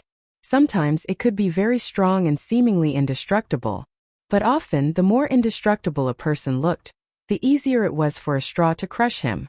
Therefore, having a good sleep quality was also the only way to maintain a good mental state. When people don't sleep well, it's easy for them to get anxious. Yoon Shurshur nodded. No wonder. I also felt that Yu's mental strength had become very poor recently. During the day, he was always depressed and looked like he had a lot on his mind. Yu is very dependent on you. But this kind of dependence might not be a good thing. Sooner or later, he will have his own family. If he continues to rely on you like this, it won't be a good thing. Chapter 42:23. Yoon Shurshur nodded solemnly. I know that too. I also feel that he shouldn't rely on me so much. However, Yu is already much more independent than before. Actually, I can understand the bond between the two of you. After all, for a very long time, at least since he was born, you have always been by his side. Hence, his dependence on you can't be replaced by anyone else. Similarly, your dependence on him can't be replaced by anyone else. But have you ever thought that he can't rely on you for the rest of his life? Yoon Shurshur hummed in acknowledgement. I understand now. However, the most important thing now is to find out what exactly happened to him. Do you want Gong Fan to come back? Alice asked seriously. Yoon Shurshur didn't answer immediately. Instead, she looked at her hesitantly. Alice sighed. I can tell that you are very hesitant. On one hand, you can't bear to part with Gong Fan. On the other hand, you don't want to be a burden to Yu, right? Yes. Yu only feels guilty towards Gong Fan. What about you? Apart from guilt, is there anything else? Alice's question made Yoon Shurshur fall into a daze. In her mind, she seemed to have already imagined Gong Fan snuggling in her arms and hugging her helplessly. She still remembered that in front of others, he had always been arrogant and unruly. Only in front of her, there was a hint of vulnerability that others couldn't detect. Mommy, don't ever leave me behind. He was afraid that she would leave him behind. Yoon Shurshur understood that the choice was in her hands now. Did Yu really care that much about Gong Fan? Not necessarily. He probably felt more guilty towards Gong Fan. However, more than that, he was afraid that she would be sad. Yu probably had many ways to make Gong Fan disappear and send him to the land of exile. Even if Gong Fan was unwilling to leave, if she said, I don't want you anymore, Gong Fan would definitely leave disheartened. But the most contradictory thing was that she would rather Gong Fan live in her world than in Yu's. If it were her, she would be willing to bear all the pain. However, if it was Yu, she couldn't bear to let Yu carry so much burden. She also had no right to interfere with Yu's thoughts. If Yu was unwilling to coexist with Gong Fan, then it would be meaningless for her to force him. Moreover, if she put Yu in a difficult position, Yu would be the one to suffer. Thinking of this, Yoon Shurshur's heart ached.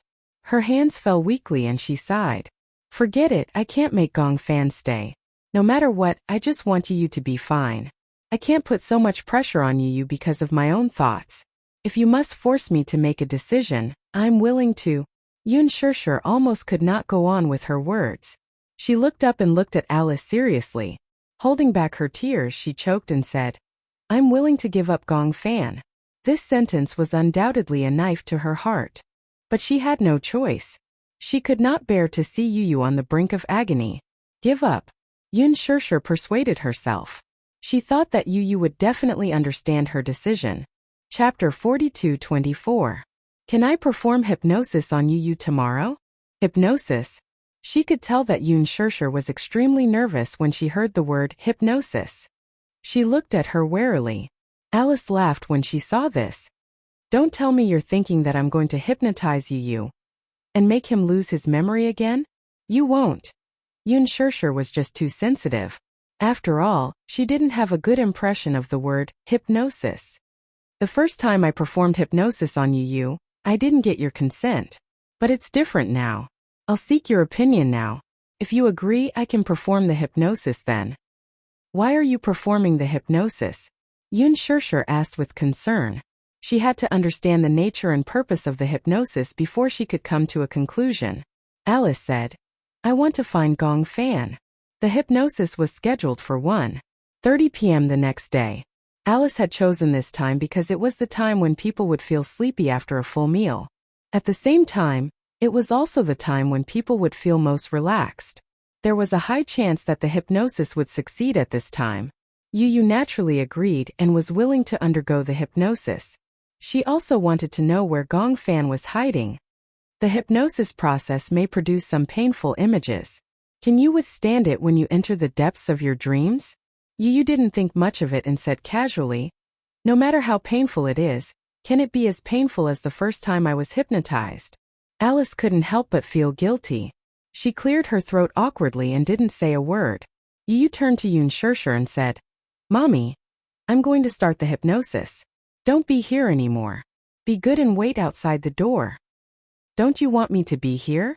Before Yu could reply, Alice immediately explained, when you perform the hypnosis, it's best not to have a third party present. Otherwise, the hypnotized person will be easily disturbed. All right. I understand. Yun Shirshir stood up and silently left the room. She respected Alice's opinion. Yu lay down on the recliner. From this angle, the afternoon sun shone on her body, especially on her face. It was warm and moist, and for a moment she felt sleepy. Alice casually placed a metronome next to her. She sat beside Yu and talked to him softly. Her voice became softer and softer. Gradually, Yu's eyelids became heavier and heavier. Relax. Close your eyes and imagine yourself lying on a patch of grass with the wind gently blowing on your face. Alice's voice was bewitching, guiding Yu's thoughts in the direction she wanted. Yu finally closed her eyes and her breathing gradually became even. He successfully entered the dreamland. When he opened his eyes again, he realized that he was really lying on a patch of grass. There was a blue sky and white clouds. There was a gentle breeze and the sun surrounded him. It was warm and comfortable. He just lay there freely and couldn't bear to move for a moment. What do you see? Alice's voice was still accompanying him. Yu opened his eyes and looked up at the sky. He saw a kite floating in the sky, flying higher and higher. I see a kite. A kite? Chapter 42:25. It's Gong Fan? Yu blurted out. Alice was stunned. Gong Fan? How could it be? In the dream, Yu was already running toward Gong Fan without a care for anything else. He was standing on the top of the mountain and could see far away. From his angle, he could easily see the person who was running and flying a kite at the foot of the mountain. He had the same attire, clothes, and face as him. However, his expression was cold. Even when he was flying the kite, his face did not have the innocence that a child of his age should have. Instead, he was looking at the kite in the sky silently. From time to time, he would step back and tug gently. Gong Fan. Yu did not expect to see him. He immediately ran towards him happily. Gong Fan. He was getting closer. It was as if there was wind under his feet. He quickly came to Gong Fan's side and called out softly. Gong Fan seemed to have heard his voice. He turned around and looked at him coldly, but a sense of disgust appeared in his heart. Why are you here? His indifferent gaze was so unfamiliar that it made Yu freeze on the spot. Yu was surprised and distant. Although he did not have any direct contact with Gong Fan due to various reasons, at least they would communicate through the notebook. He could tell that Gong Fan was very friendly to him. However, the child in front of him was different. His eyes were filled with hostility and coldness. What's wrong with you? Yu moved closer to him and tentatively reached out to touch him. Don't touch me. Gong Fan flung his hand away and turned to leave. When Yu saw this, he was stunned for a moment and immediately chased after him. However, just as he took a few steps, it was as if he had crossed a boundary. The entire world instantly turned dark. Gong Fan. Yu? Alice held Yu's hand and kept calling him. However, Yu did not respond. She widened her eyes in shock. She did not expect her hypnosis to go out of control for the first time in history. Could you not hear her voice? No, she had to end this hypnosis. Alice would not allow anything to go wrong with this hypnosis. I'll count to 3. You wake up and walk out. 3, 2, 1. She played the metronome gently and snapped her fingers in front of Yu's face. Wake up. There was still no reaction from the boy after a long while. Alice stood up abruptly in frustration. Oh no. It seemed to have gone out of control. How could this happen? Could it be that Yu had been lured into a dream that she could not enter? In the dream, Yu was in a dark world. It was like a void of chaos. He could not see anything clearly. He forced himself to calm down quickly and looked around. It was as if he was standing on top of an abyss. At first glance, it was like a bottomless black hole. He could not see the end. He tried to take a step forward. However, he stepped on nothing and his body suddenly fell. He felt a strong centrifugal force. He felt as if he was falling towards the end of the abyss. It was a dream. It was a dream. It was a dream. As he fell, he kept telling himself that it was a dream and that he should not believe it. Once he believed that it was a dream, he would be trapped in it. Chapter 42:26. This is a dream. Don't believe everything in a dream. However, even though he kept warning himself, he could still hear the howling of the wind.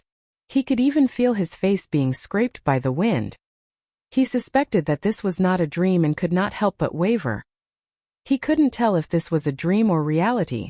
Just as he wavered, he suddenly saw a murky black river at the end of his vision. He did not even have time to call for help before he fell into the river and drowned. The moment he hit the water, he felt as if his head was about to split open. The feeling of drowning was so real that it could not be explained. It was as if he was drowning in real life. The murky river water continuously poured into his nostrils and lips. The stench was suffocating. Ah!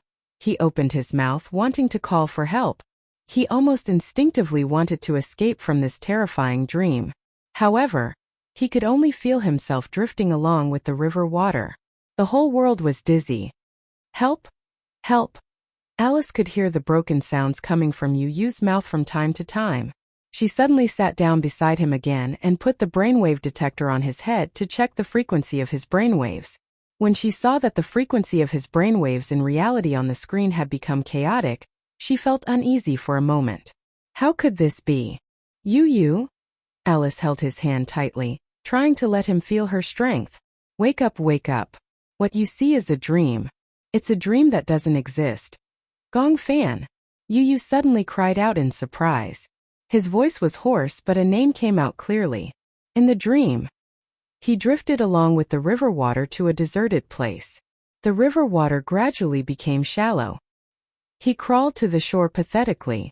Just as he grabbed onto a rock by the shore, he suddenly heard a series of cold footsteps. Rustle, rustle. Yu heard the sound clearly. He looked up in shock and saw Gong Fan walking toward him with a numb face.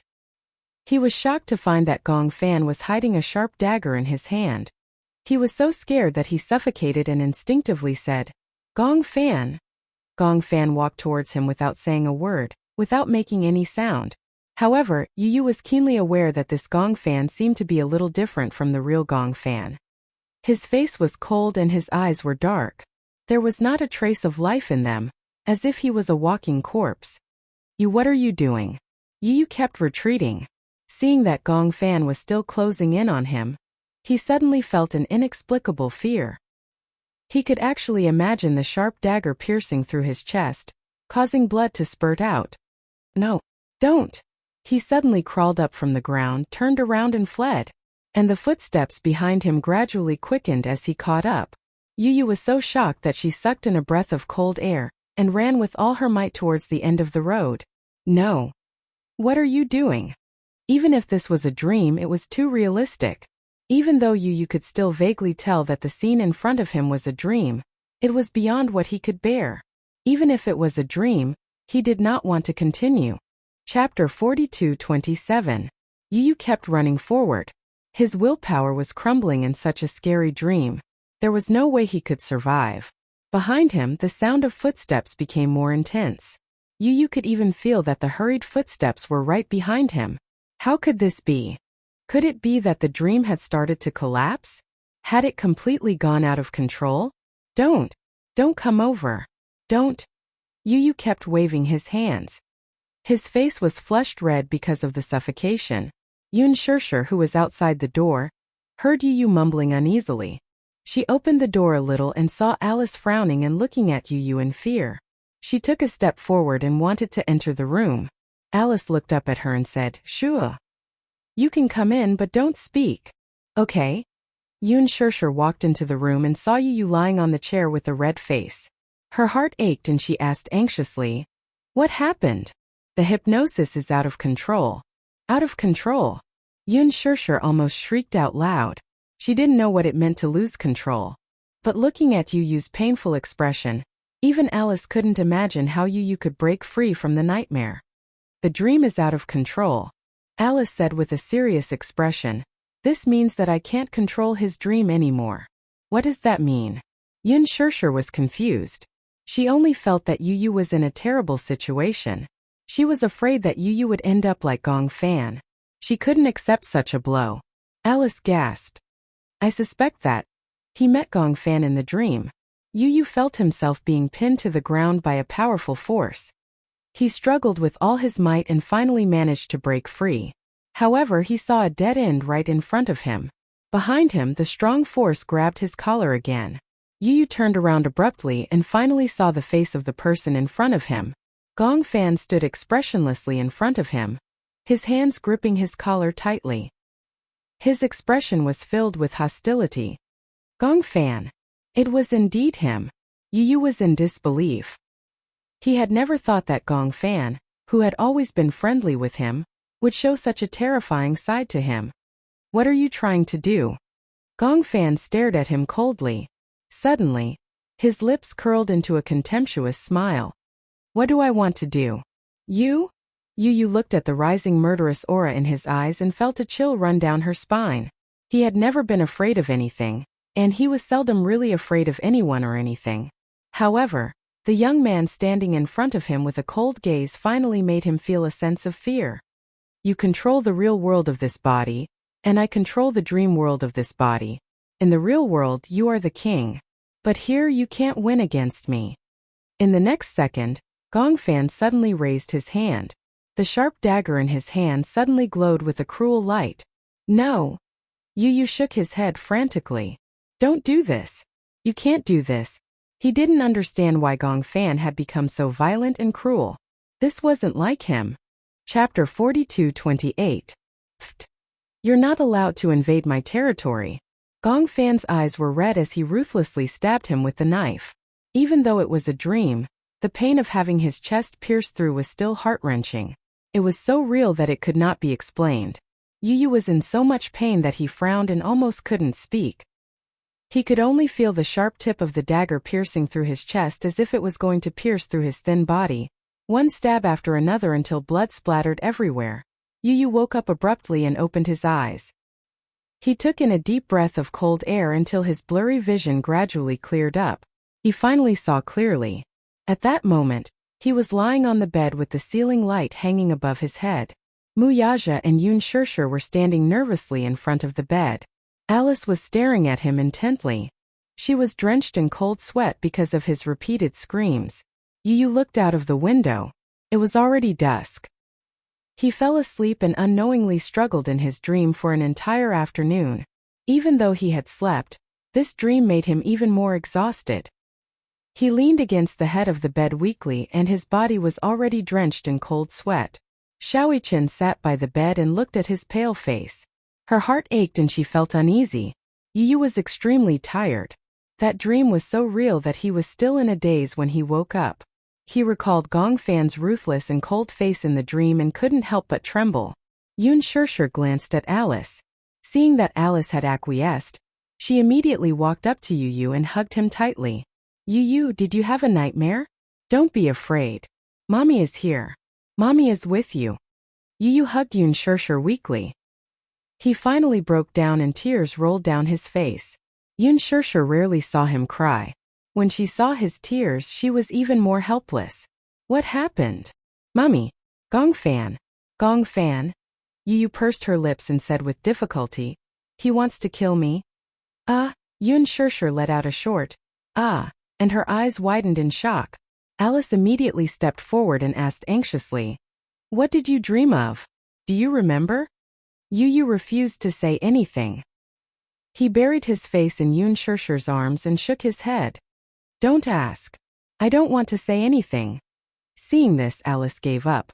She turned around and said to Muyaja and Xiaoyi Chen, Shirshir is here to keep them company. Let's go out first. Let him calm down first. Xiaoyi Chen pouted and said, I also want to stay and keep Yu company. Yun Shirshir turned around and coaxed him gently. Chen, be good.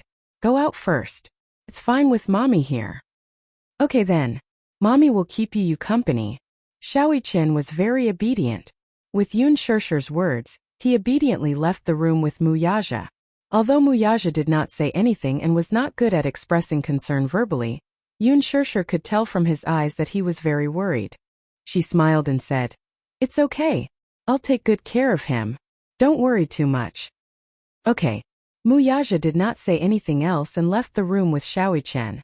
Soon only Yun Shirshir and Yu were left in the room. After a long time, Yun Shirshir finally could not hold back and asked worriedly, What did you mean by what you said just now? Chapter 42:29. You can tell Mommy what you dreamed of. Mommy will keep it a secret and won't tell anyone. After her repeated coaxing, Yu finally raised his head. She saw that his eyes were unbelievably red. He was crying. Yu had always been like a little adult. He was mature, rational, and responsible.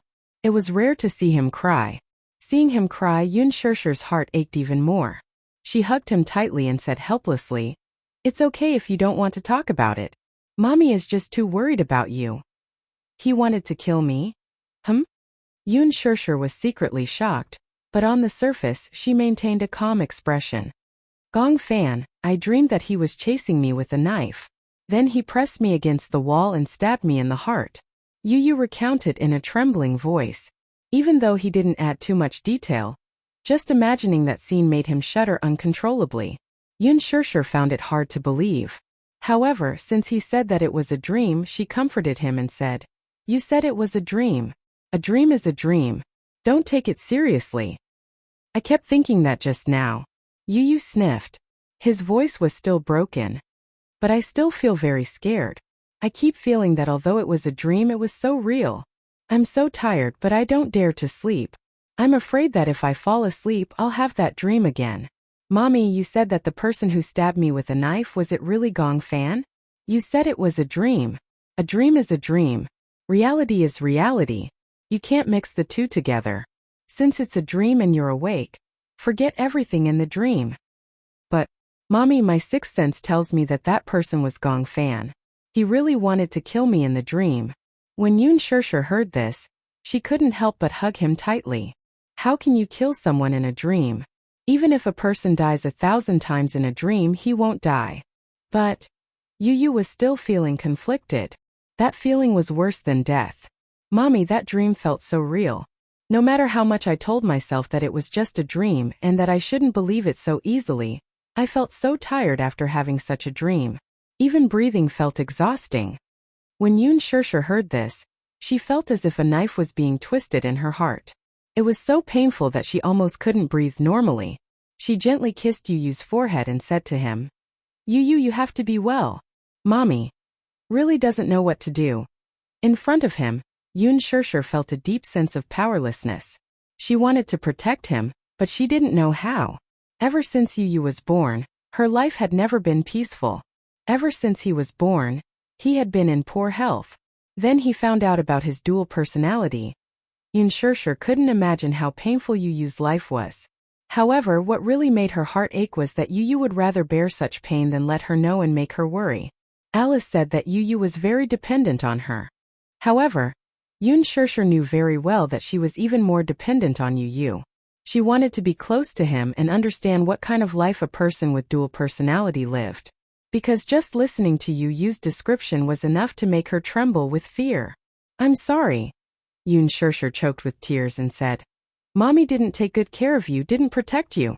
Chapter 4230. Yun Shirshir stayed in the room with Yu until it was late at night. Shaoqin entered the room. Even though Yun Shirshir didn't say anything, Yu could sense that Yun Shirshir was very tired. Hence he stopped pestering her and urged, "Mommy, go to sleep."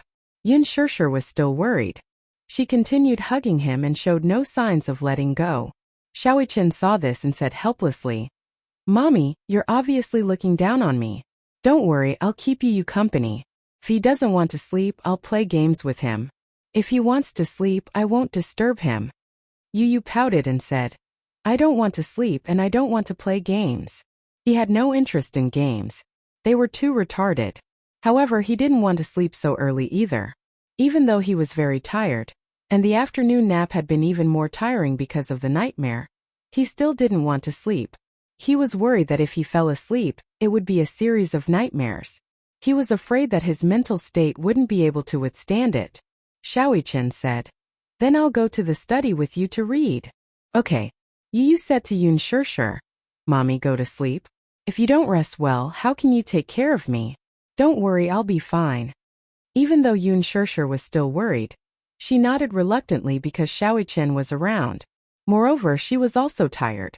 Hence, she stood up and reminded Shaoqin to take good care of Yu. Then, she reluctantly returned to her room. After Yun Shirshir left, Yu didn't go to the study. Instead, he lay down on the bed and stared at the ceiling without saying anything. Shaoqin saw that he was lying down and asked curiously, "You look very tired. Your eyes are red. Aren't you going to sleep?" "I don't want to sleep. Afraid of nightmares." Shaoqin smiled. "I often have nightmares too, but no matter how realistic they are, they can't be real. I think it's probably because you're under too much pressure. That's why you're having nightmares with such strong negative energy." Yu turned to look at him. She furrowed her brows and looked a little anxious. "Do you really understand what it's like to have a nightmare?" Shaoqin was stunned. "If it's possible, I don't want to have such a scary dream anymore." Yu closed her eyes and opened them weakly. Because he didn't sleep well, his mind was in a trance. Once a person didn't have a good sleep, they would become abnormally anxious. Even someone as gentle as Yu was a little impatient. She slammed the pillow on the bed onto the cupboard. Shaoqin was shocked by her sudden action, but he didn't dare to say anything. He was afraid that if he said something careless, it would make Yu even more anxious. Hence, he obediently kept quiet. Yu's temper gradually went out of control. He flipped over, grabbed all the blankets and wrapped them around his body. His entire body was covered by the blankets. Shaoqin looked at him helplessly but didn't say anything. Instead, he walked over to the cupboard and took out another blanket. He didn't dare to disturb Yu. Carefully, he laid the blanket on the bed. Then he climbed onto it and curled up pitifully. Noticing the cautious movements beside him, Yu lifted the blanket to take a look, only to see his older brother's uneasy look. No matter how angry he was, he could not help but be amused. Chapter 4231. Shaoqin glanced at him and thought to himself, "Isn't that the case?" In any case, he felt that his status in the family was rather low. If anyone bullied him, he could only silently suffer. Other than his father, he could only argue with them. Whether it was Yun Shirshir, Yu Yueyao or Lisa, he was the second oldest man in the family after his father. As the second oldest man in the family, of course, he had to be more magnanimous. Especially when it came to Yu and Yueyao, he had to be more lenient. For some reason, when Yu saw Shaoqin looking at him innocently, he broke into laughter. "Brother, do I always bully you? I feel like you've become a punching bag." When Shaoqin heard this, his eyelids twitched. Yu's tone suddenly became gentle, and he was momentarily stunned. Okay. I won't bully you anymore. Otherwise, you'll always think that I'm bullying you." Shaoqin pursed his lips and said in an old-fashioned manner, "Well, I'm your older brother. Also, when you were in Mommy's stomach, I was always fighting with you for nutrients. When you were born, your body was already weak." The more he spoke, the lower his voice became. Other people might not be able to understand Shaoqin's feelings. He vaguely realized that Yu's poor health might have something to do with him. When he was in Yun Shirshir's stomach, he must have been the most domineering one, fighting with his twin brother for nutrients.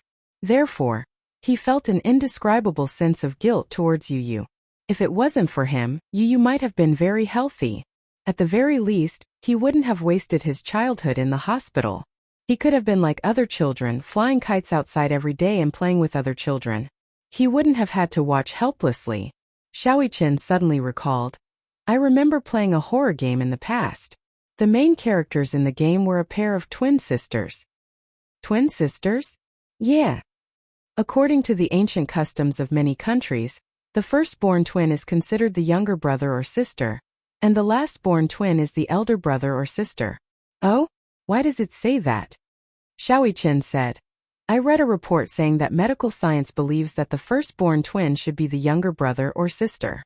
Since the second twin is born in the womb, it means that they develop earlier. The second twin's the second twin is closer to the uterus, therefore, they're born first. I see. When he heard this, he couldn't help but find it interesting. According to this logic, I should be the elder brother. Yu stroked his chin and came to this conclusion with a straight face. In that game it's the same. Those who are born first are the younger ones, and those who are born later are the older ones. No wonder I'm more mature than you. Xiaoqian's game was called Zero Red Butterfly. In the game there was an ancient village, Jieshan Village, which was built at the entrance of the Yellow Spring. In order to suppress the hollow that was humming at the entrance of the Yellow Spring, they held a ceremony to sacrifice the twins as Hongji. Chapter 42-32. When the power suppressing the void weakens, they must sacrifice the red Ji.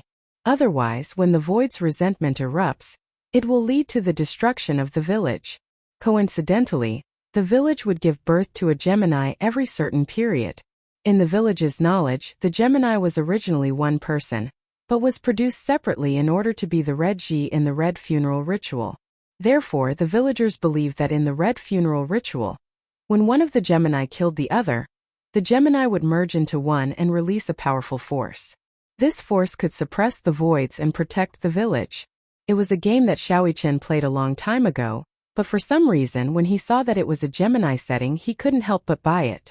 At the beginning of the game there was a pair of Gemini sisters. The older sister, Amakura Ing, broke her leg when she played with her younger sister, Amakura Inai. Amakura Inai discovered that her older sister was chasing after a red butterfly. Amakura Inai chased after her older sister and accidentally crossed a barrier, entering a village that had disappeared from the map. In the process of searching for her older sister, she also learned about the village's secret. It turned out that the village had disappeared a long time ago.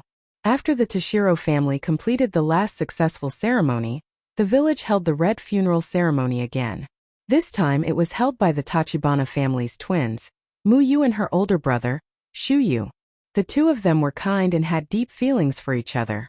However, during the ceremony, Shuyu couldn't do anything to Muyu, so she was killed by the ceremony and thrown into the void. Although Muyu was indeed killed during the ceremony, Shuyu's longing for Muyu was too strong, so the red funeral ceremony failed and the void wasn't suppressed. In fact, this kind of red sacrifice that was held regularly was called the Yang sacrifice. When the Yang sacrifice failed and sacrifice had to be held. It was used to temporarily prevent the resentment of the void from exploding, so as to buy time for the next Yang sacrifice. The content of the Yin sacrifice was to turn the sacrificial person into a wish like a human pillar and then throw him into the void. If both the Yang funeral ceremony and the Yin funeral ceremony failed, there would be a great payback, which was the moment of destruction. After the Yin funeral ceremony, they had to prepare for the next ceremony. The next ceremony was held by the village chief, Hiais, who was the head of the ceremony. Hiais had a pair of twin sisters. After his two daughters were born, he was certain that these two daughters had come to this world with the mission of offering sacrifices. The elder sister was called Ba Chong, who was born later, and the younger sister was called Sha Chong, who was born earlier. They were the Tao Tsong sisters before reincarnation. Shuyu didn't want the same tragedy to happen to the Hiais sisters, so she wanted to ask someone to take the sisters away from the village. Shuyu had promised Muyu not to let the same thing happen again. After asking the folklorist Zongfang to take the two sisters away, Shuyu thought that he had fulfilled his promise with Muyu. Unable to let go of Muyu's death, he finally hanged himself in the confinement room. However, What he didn't know was that the only one who had truly escaped from the village was his sister, Yachi. His sister accidentally slipped down the hill and broke her leg. She was found by the villagers. Chapter 42:33. In fact, she was willing to accept the sacrifice because according to legend, if the sacrifice was completed, she would be able to become one with Yachi. She hoped that Yachi would kill her. However, Yachi did not return until the day of the sacrifice. On the day of the sacrificial ceremony, due to the lack of a Gemini witch, the despairing Shazhong was hung with a rope and thrown into the void. However, there was no room for mistakes in the ceremony. The one who killed Shazhong was not Yachi Zhong, but it still could not prevent the resentment in the void from erupting. Thus, a mistake in the ceremony led to the opening of the void, resulting in the moment of disaster. Thus, Shazhong descended with resentment and hatred, killing the surviving villagers one by one. As he watched the villagers die, he laughed wildly. On the way out of the village, Yachi looked for food. By the time he returned, the village had already disappeared. Due to the seal of the void being completely removed, the resentful spirits in the destroyed village overflowed from the void. Once people breathed in the miasma, they would see the yellow springs and go crazy until they died. The village that was surrounded by Su had a dark night that no one could escape. From the outside, the village looked like a forest surrounded by fog. However, once someone was lured in, they would never return. Thus, it was called the village that disappeared from the map. One day, many years later, the Taotsong sisters, who had not returned for many years, came to the forest that they had not been in for a long time. Due to their strong spiritual perception, they encountered Tycoon, who was similar to Shazhong's sister. They were lured to the village that disappeared from the map. The worried sister Su chased after them. The sister was the reincarnation of the previous life sister, Shazhong. She was lured back to the village. In the ending of the game, Taotsong and I replaced Yachi in the previous life and completed the sacrifice, killing the sister. At the end of the game, Xiaoichen was immersed in the background of the game and the emotional world of the protagonist. In the ending, Taotsong and I was bewitched and had no choice but to strangle Taotsong to death. In the end, she chased after her sister who had turned into a red butterfly and cried in despair. Xiaoichen did not dare to imagine. If it was him, he would be living a life worse than death. After listening to the story, Yu could not calm down for a long time. This is superstition, he said. Every country has people who believe in superstitions. Xiaoichen said. Fortunately, we don't live in such a world. Actually, such a sacrifice does exist in Japanese folklore. But I think it's not only shocking but also cruel. The boy suddenly asked, "If it were you, would you be willing to complete the ritual?" "I don't want to," he replied angrily. "I'll definitely kill whoever forces me to complete the ritual." It was rare for him to be so murderous. Just imagining such a scene infuriated him. Then, Ichen to the end, Su to the end. Ichen to the world, to the world, to the world, to the world, to the world, to the world, to the world, to the world, to the world. To the world, to the world, to the world. To the world, to the Su, to the world, to the world. Yu tilted his head. He thought that Xiaoichen would say that he would rather sacrifice himself than kill him. However, Xiaoichen replied, "I'd rather kill you than live." "Why?" Yu was shocked. Chapter 42:34. No matter what at that time, those who are still alive are the ones who suffer the most. Xiaoichen smiled embarrassedly. "If you're dead, you won't feel any pain, right? Those who are still alive are the ones who bear the most pain." Yu was stunned. After a while he sighed and said, "I didn't expect you to be so much more mature than I thought." Indeed, those who were still alive were the ones who suffered the most. At that time there was no strong contrast between life and death.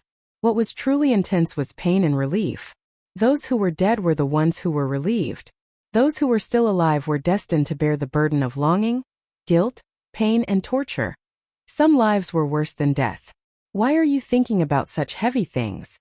Xiaoichen mumbled with a strange expression on his face. "We're not really going to hold that kind of ceremony. Is there really telepathy between Geminis? I don't know. At least I do." When Yu heard this, he couldn't help but be curious. What exactly is telepathy like? It's like being able to feel your pain, your joy, and when you're unhappy, I'll always be the first to know. When you're happy, I'm probably happier than you are. Xiaoyi-Chen paused for a moment and said, I didn't believe in telepathy in the past. It wasn't until this magical thing happened to me that I started to believe in it. When I was young, I often had angina for no reason. I didn't know why. I had asked so many doctors, but they couldn't find a reason. No one knew why I had angina for no reason when my body was fine. At that time, Daddy was worried that I had a heart problem and kept an eye out for information on heart disease. Actually, my heart is fine. Is it because? It's because I can feel your pain. Xiaoyi-Chen continued. When I was studying, I knew a teacher who had a twin brother. However, his brother passed away when he was in high school. I once asked him if there was really telepathy between Geminis. He suddenly shed tears right in front of me. Why? That teacher told me about what happened in high school. At that time, he was rebellious and quarreled with his parents. His parents told him to go buy something, but he slammed the door and left. His younger brother saw that he was in a bad mood, so he tried to ask if he wanted him to buy something for him. Then he nodded and agreed. Then, you could guess the ending. Then something happened on the way there. Suddenly he felt a strong heartache. He didn't know why, but at that time he realized that something had happened to his brother. So he planned to go out to look for him. Just as he was looking for the key, he received a call from his uncle. He said that his brother had been in a car accident and his condition wasn't optimistic. He cried all the way to the hospital, but only saw his brother's body. Since then, he hasn't been able to recover for many years. The bond between the twins was much stronger than ordinary familial love. This was because twins were born from the same egg. It was another part of himself, the same body of flesh and blood, the same spirit. Chapter 42:35. Therefore, regardless of whether it was Yu or Xiaoyi-Chen, the other party was an inseparable part of their lives. Xiaoyi-Chen couldn't help but feel emotional. Suddenly, he hugged Yu tightly and sighed. Don't think too much. Sleep early. Don't worry, I'll be here with you. Yu was already exhausted, but he didn't want to fall asleep. He was afraid that if he fell asleep, he would have that nightmare again. Xiaoyi-Chen gently patted his back and sighed. Don't think too much. You can't stay awake forever. Yu, trust me. If anyone dares to hurt you, I definitely won't let them off. With his words, Yu felt an inexplicable sense of confidence. He responded with an and gently closed his eyes. When the first ray of sunlight shone through the window, Xiaoyi-Chen opened his eyes slightly. However, he saw that the side of the bed was already empty. Yu, where did she go? Why did she wake up so early? Xiaoyi-Chen muttered to himself. He flipped over and got out of bed. When he walked out of the room, he didn't know why. Even though it was a familiar scene, the familiar furnishings gave him a strange feeling. Yu. He tried to call out, but there was no response. Mommy? Daddy? Xiaoyi-Chen walked over and pushed open the door. The huge villa was cold and desolate. There wasn't a single trace of life in it. What's going on? Xiaoyi-Chen became even more suspicious. Where did everyone go? He hurriedly ran to Yueyao's room. As he shouted Yueyao's name, he pushed open the door to Yueyao's room. However, he couldn't help but look at the empty bedroom. The lonely crib was still there. On the bed were the handmade wind chimes that Yun Shishir had specially made for Yueyao. When the morning breeze blew in, the wind chimes fluttered. However, in this dead silent room, there was a sense of desolation. Yueyao! Xiaoyi-Chen felt an inexplicable sense of uneasiness. He didn't know why, but he had a bad premonition. Suddenly, there was the sound of hurried footsteps outside the door. Xiaoyi-Chen caught the subtle movement and pushed the door open. As he walked out of the door, he smelled a faint smell of blood. He frowned slightly, and his heart suddenly started racing. Yu. He called out again, but he heard a sudden sound from the kitchen. Dee-dee-da-da. Dee-dee-da-da. There seemed to be the sound of water dripping on the floor. He slowly walked to the kitchen door, only to see Yu standing there alone. Yu's stiff back made him feel like a stranger for a moment. Yu! He had just opened his mouth when Yu's right hand suddenly loosened. Then a fruit knife stained with blood fell to the ground. Little Chen almost cried out in surprise. Yu turned around expressionlessly and looked at him coldly. his lips curving into an icy arc. If I can't have it, no one can have it. What are you doing? Xiaoqian was instantly alerted. You're not Yu Yu. Yu Yu sneered and walked towards him. Sooner or later this body will belong to me. When that time comes, mommy will be mine. This house will be mine too. I don't want to lie in that cold world anymore. Chapter 42:36. Xiaoqian was so shocked that he took several steps back. He clenched his fists and looked down at Xiaoqian's wrist that was stained red with blood. You're your hand. Xiaoqian furrowed his brows tightly as a wave of anger surged in his heart. He rushed over anxiously and grabbed Xiaoqian's collar. Gritting his teeth, he said, "This isn't your body. You don't have the right to touch it."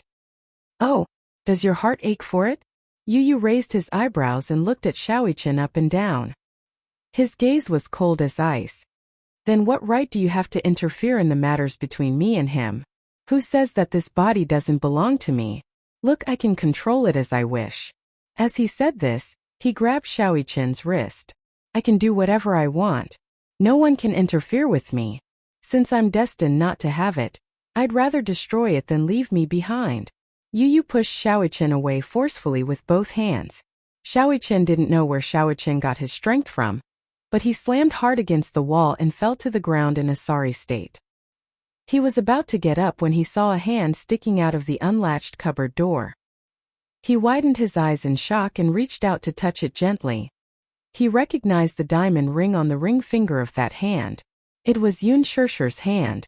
Her hand came out of the cupboard weakly without a trace of life. Xiaoqian looked at Yu Yu in disbelief and then looked at Yun Shirshir. He swallowed hard and opened the cupboard door, only to see Yun Shirshir's cold body curled up in the cupboard. Little Chen let out a yelp and sat up in bed abruptly.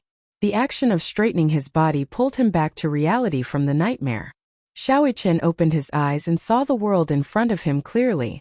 It was a familiar bedroom, familiar furnishings and familiar windowsill. The sunlight shone in from the window and finally made his body, which was covered in cold sweat, feel a trace of warmth. However, he could no longer distinguish whether what was in front of him was a dream or a dream within a dream. Although it was a dream, the scenes in the dream were still deeply imprinted in his mind. Especially the scene in the kitchen, it tugged at his heart fiercely. How could he have such a dream? Yu Yu. He turned around and saw that the bed was empty. He couldn't help but wonder if this was a dream or reality. Xiaoqian held his forehead in pain. He unsteadily lifted the blanket and got out of bed. He shuffled on his slippers, opened the door, and stood at the door of the room. He was still in a daze. He finally understood how torturous a deep nightmare could be. Just by recalling the scene in the dream, he didn't dare to imagine what would have happened if he hadn't woken up. Xiaoqian leaned against the wall in pain. He finally understood why Yu didn't want to sleep even though she was so tired last night. Nightmares were really tiring. Even though he had slept for an entire night, he still felt extremely tired. It was probably because of the dream that his brain wasn't in a state of rest. That was why he felt this way. But why would he have such a dream? It was for no reason. He had always had a good sleep and never had such a dream. Could it be? Was it because of telepathy? Chapter 42:37. Could it be? Was it because of telepathy? Could it be Gongfan really wanted to betray Yu Yu and invade Yu Yu's body? Did he have such a dream because of telepathy? Xiaoqian was full of doubts. That was because the dream just now was simply too realistic. Xiaoqian clenched his fists in anger. However, if Gongfan really dared to hurt Yu Yu, he would never allow it to happen. Xiaoqian walked out of the room and into the living room. He saw Yu Yu sitting on the sofa with a cold expression. At that moment, Xiaoqian recognized that this person was not Yu Yu, but Gongfan, who had disappeared for a long time. He could now easily tell the difference between Yu Yu and Gongfan. Why was it him? If it were not for the dream last night, Little Chen would definitely be overjoyed by Gongfan's appearance. However, when he thought about the dream last night, his feelings toward Gongfan's appearance became complicated all of a sudden. Gongfan. When Gongfan heard this, he turned to look at Xiaoqian. However, there wasn't much emotion in his eyes. You're awake? Little Chen hummed in response uncomfortably. He sat down next to his older brother, but he was wary of keeping a distance from him. "Why are you up so early?" When Gong Fan heard this, he took a sip of milk and said calmly, "I wanted to get some sun." Perhaps it was because he had been asleep for too long that Gong Fan didn't want to waste time sleeping. Hence he got up early in the morning. In the living room, sunlight shone in and landed on his body. It was as if he was covered in a layer of gold. Xiaoqin's eyes met his briefly. While he was in a daze, he suddenly heard the sound of water splashing from the kitchen. For some reason, Xiaoqin thought of the dream. He stood up nervously and hurried to the kitchen. "Mommy!" He rushed to the kitchen door and saw Yun Shishir preparing breakfast in front of the kitchen counter. She jumped in fright when she heard Xiaoqin's voice. She turned around to look at the door, only to see Xiaoqin heave a sigh of relief when he saw that she was only washing the cups. He was scared to death. What happened? Yun Shishir was a little nervous, thinking that something had happened. What's wrong?" "Oh no, nothing." Xiaoqin walked to Yun Shishir's side and whispered, "It's Gong Fan." "Ugh." Yun Shishir also knew that the person who woke up today was Gong Fan. However, there wasn't much surprise on her face. Instead, there was a faint worry. She was obviously worried about Yu. Last night, she saw with her own eyes how Yu struggled to wake up from his dream. He told her tiredly that in his dream, Gong Fan held a knife and stabbed his heart. Even though she had comforted him back then by saying that it was just a dream, no one dared to say whether it was a dream or if Gong Fan's personality had entered his dream and created such a terrifying nightmare. Now, early in the morning, she found out that Yu didn't wake up. The person who woke up was Gong Fan. This made her feel strangely uneasy. There was an invisible pressure between Yu and Gong Fan that was weighing on her heart. Chapter 42:38. "Mommy, yesterday Xiaoqin pondered for a long time. He did not know how to tell Yun Shishir what had happened in his dream.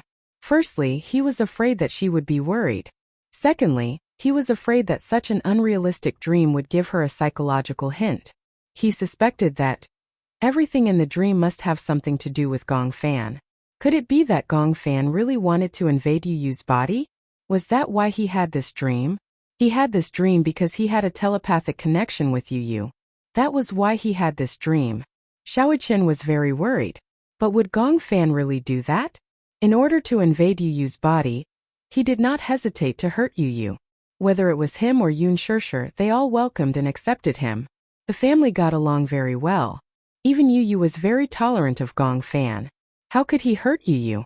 Xiaoqin could not believe it. At the dining table, Yun Shishir served breakfast on the table. Xiaoqin and Gong Fan sat opposite each other at the dining table.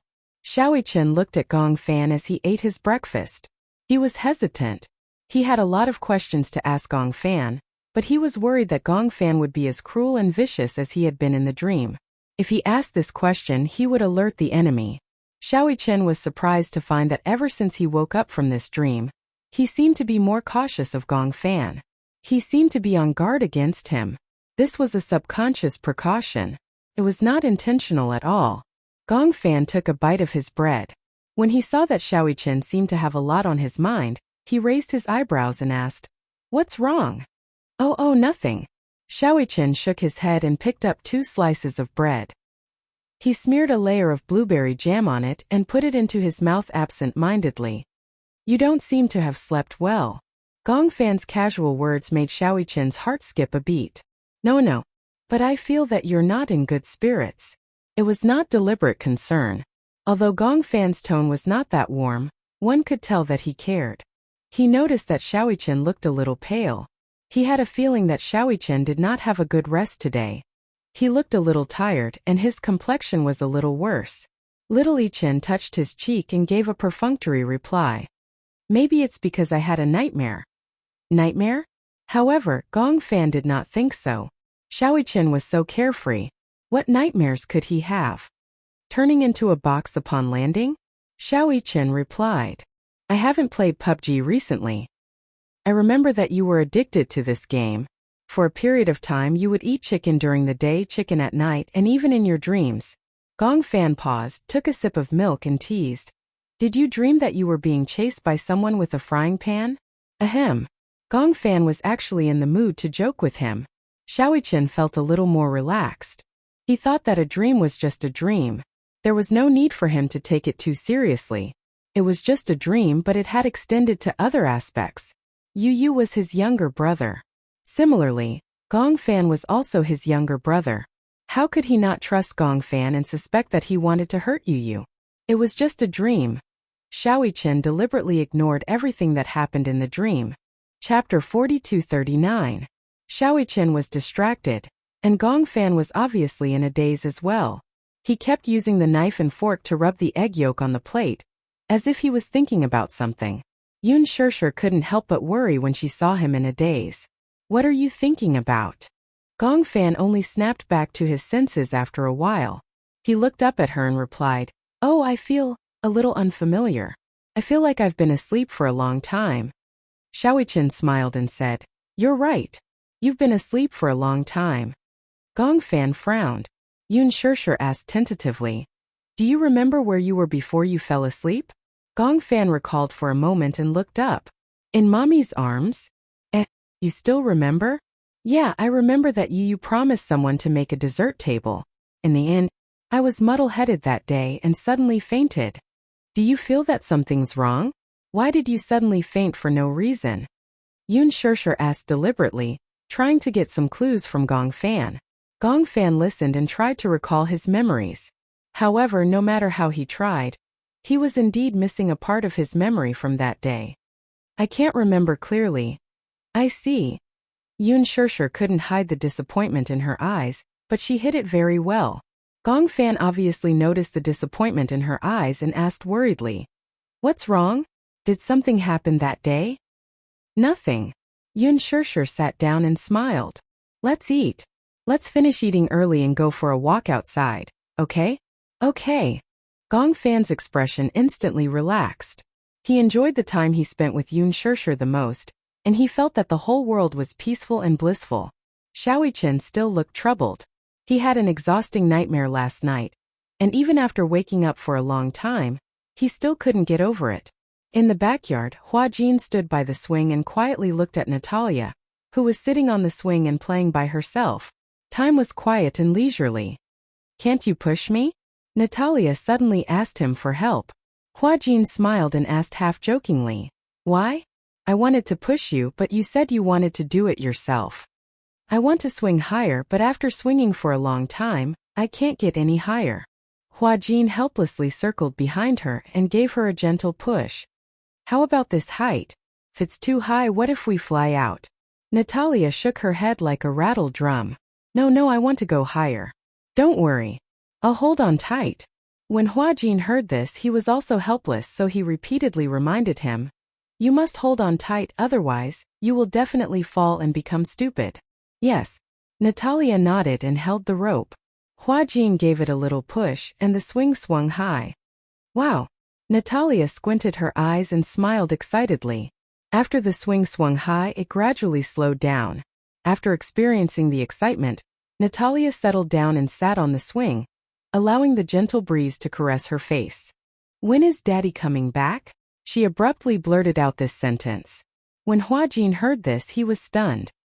He raised his eyebrows and asked, "Why? Do you miss Daddy?" "Yeah." Chapter 4240.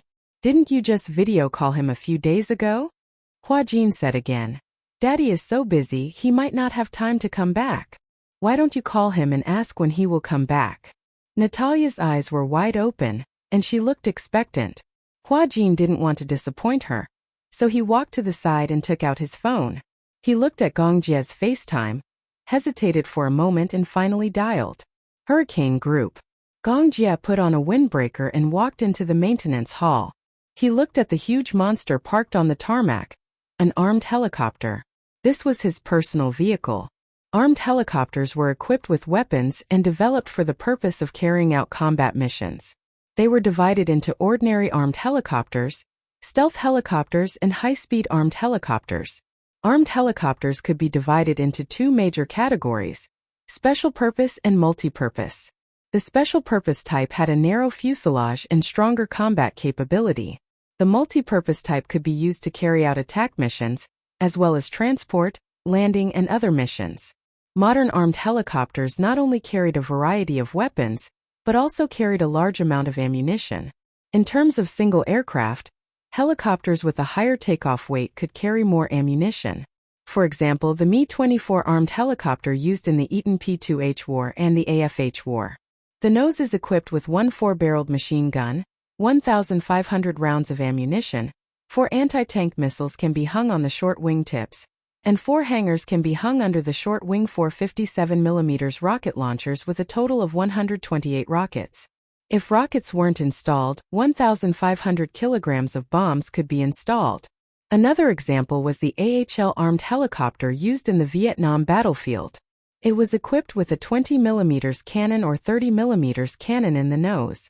8 anti-tank missiles or 76 70mm rockets could be installed under the short wings of the fuselage. The A-129 helicopter with a takeoff weight of less than 4 was equipped with an organic gun. It could carry 8 Hort missiles or 52 70mm rockets. The air combat type could carry 8 Mistral air-to-air missiles. For an organized armed helicopter unit, its firepower couldn't be underestimated. At this moment, this huge armed monster was undergoing daily maintenance. Men were creatures with a strong desire to conquer. Therefore they liked cars, tanks, and guns. Not everyone could own such a huge armed monster. This military helicopter was a gift from Gong Xiaoying when he came of age. So far it had been in service for 10 years. If the results of this maintenance were not good, he would probably have to retire.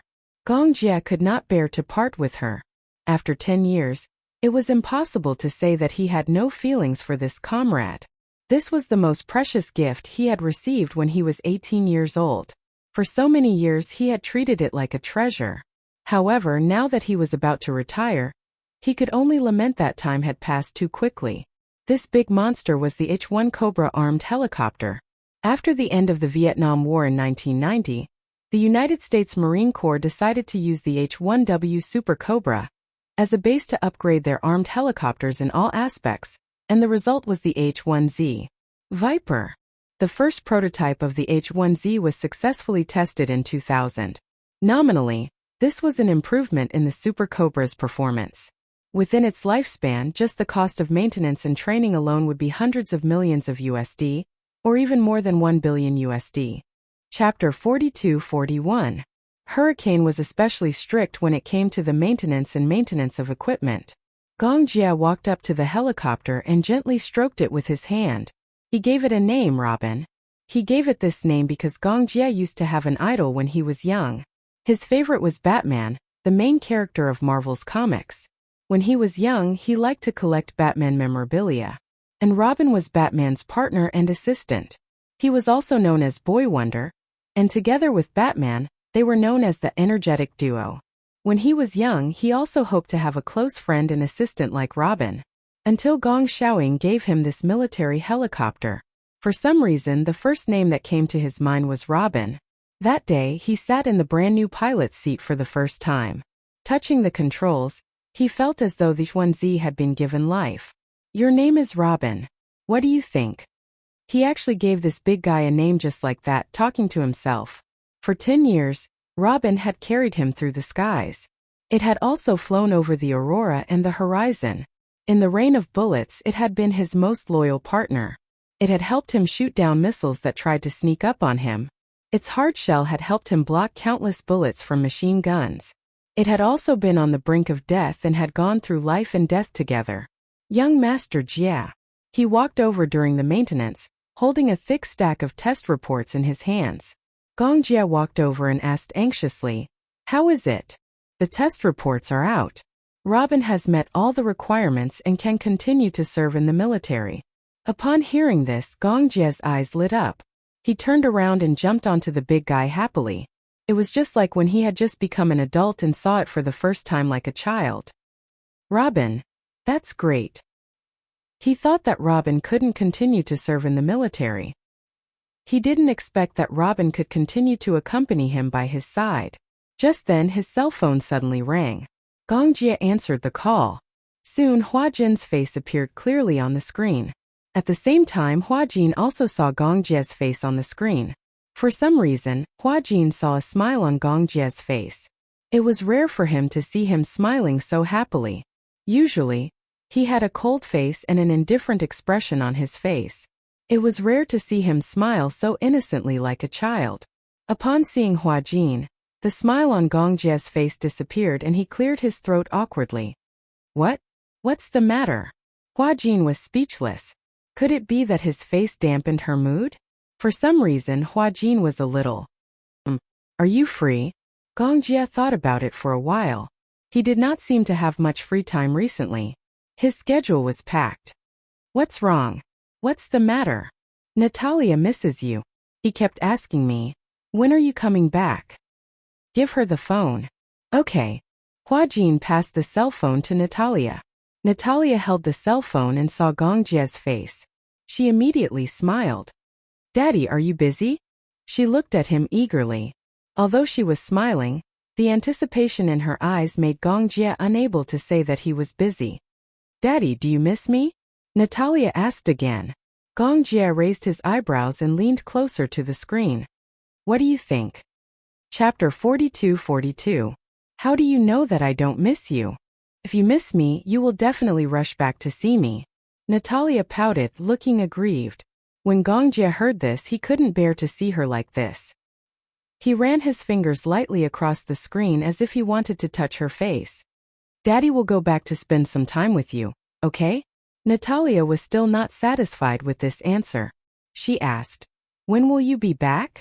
Mum, in a few days. Then in a few days. Gong Jie frowned slightly. He didn't know what to do next, so he couldn't give her an answer immediately. However, if he gave her a half-hearted answer and didn't call her back after agreeing on a time, Natalia would be very disappointed in him and think that he didn't keep his word. Therefore, he had to be very careful when answering this question. Thus, Gong Jie replied, Daddy will call you back tomorrow, okay? Daddy will arrange some work and go back to see you when I have time. If Daddy is really busy, you don't have to come back to see me. Natalia was a little embarrassed. She could tell that Gong Jie was really busy. Although she missed him, she couldn't force him.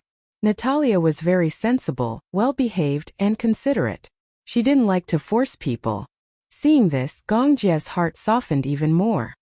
Good girl. I promised to make time to go back to see you, so I will definitely do it. However, I don't know what to do next. Why don't you pass the phone to Uncle? I will tell him something. Okay. Natalia reluctantly passed the phone to Hua Jin. Hua Jin took the phone and walked to the side. Before Gong Jie could speak, he lowered his voice and said to him, Did Alice tell you? What did she say? It's about Natalia. Natalia? During this time, Alice hadn't contacted him. Who was Natalia? Noticing the confusion in his eyes, Hua Jin realized that Gong Jie probably didn't know about this. Alice suspects that Natalia's personality has already appeared. However, Alice said that Natalia's personality is very dangerous. She even knows how to hypnotize people. Therefore, Natalia is in danger. Danger. I might as well say that she is a dangerous person to us. She is like a ticking time bomb. We don't know when she will explode, but we don't know if she will explode. Gong Jie frowned and said immediately, Alice didn't mention this to me. I think she is too suspicious. Hua Jin paused for a moment and said, I've been under a lot of pressure recently. It's not that I'm scared, but I'm worried that I won't be able to take good care of Natalia. After all, I have no experience in taking care of patients, and my reaction is always half a beat slower. Don't worry, there's no need to be so stressed. Just pay more attention to her condition. I believe that with Alice around, the situation won't get out of control. I will arrange my work as soon as possible and try to return to China as soon as possible. Because Alice was by Natalia's side, Gong Jie wasn't very worried at first. However, when he heard Hua Jin's words, he realized that things might not be so simple. Chapter 42-43. Hua Jin nodded. For some reason, when Gong Jie promised that he would arrange it as soon as possible and return to see Natalia, Hua Jin felt inexplicably relieved.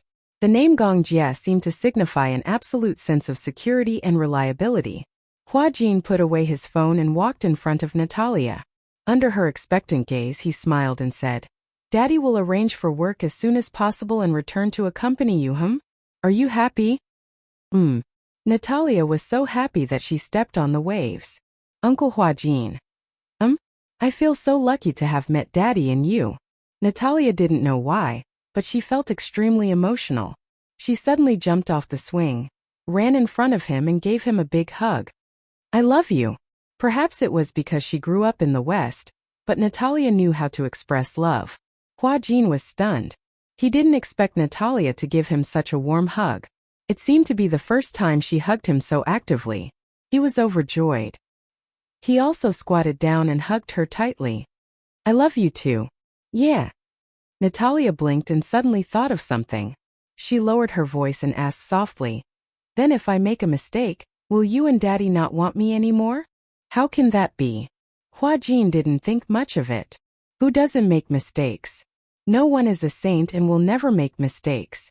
How can we abandon you just because you make a mistake? Natalia's eyes couldn't help but turn red when she heard that. Hua Jin suddenly realized why she asked that. She had lived in an environment with too many uncertain factors since she was young. It wasn't an exaggeration to say that she was homeless.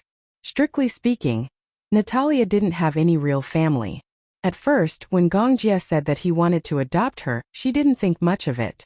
She had a feeling that this family wouldn't last for long. She didn't have much confidence in the concept of home and happiness. Therefore, she felt uneasy and cautious. She even deliberately distanced herself from him because she was afraid that once she put her feelings into it, she would be sad once they were separated. Then it's a promise. Natalia carefully extended her pinky. Her eyes sparkled as she moved closer to Hua Jin and pouted. Pinky promise. From now on we're a family. No matter what, let's never be separated, okay? After spending so much time together, Natalia realized how warm it was to have a family, even though they had been living together peacefully. It was this long-lasting warmth that made Natalia even more dependent on Hua Jin. The more he felt warmth, the more he felt that this warmth was precious, and the more he wanted to cherish it. Especially today, after the phone call with Gong Jie and learning of her needs, he immediately arranged for work and flew back to accompany her. It made her feel like she was being treasured. Therefore, she also wanted to cherish it and open her heart to let Hua Jin and Gong Jie live in her heart. Hua Jin reached out his pinky and gently hooked it with hers. His lips curled into a smile, revealing his pearly white teeth. I promise you.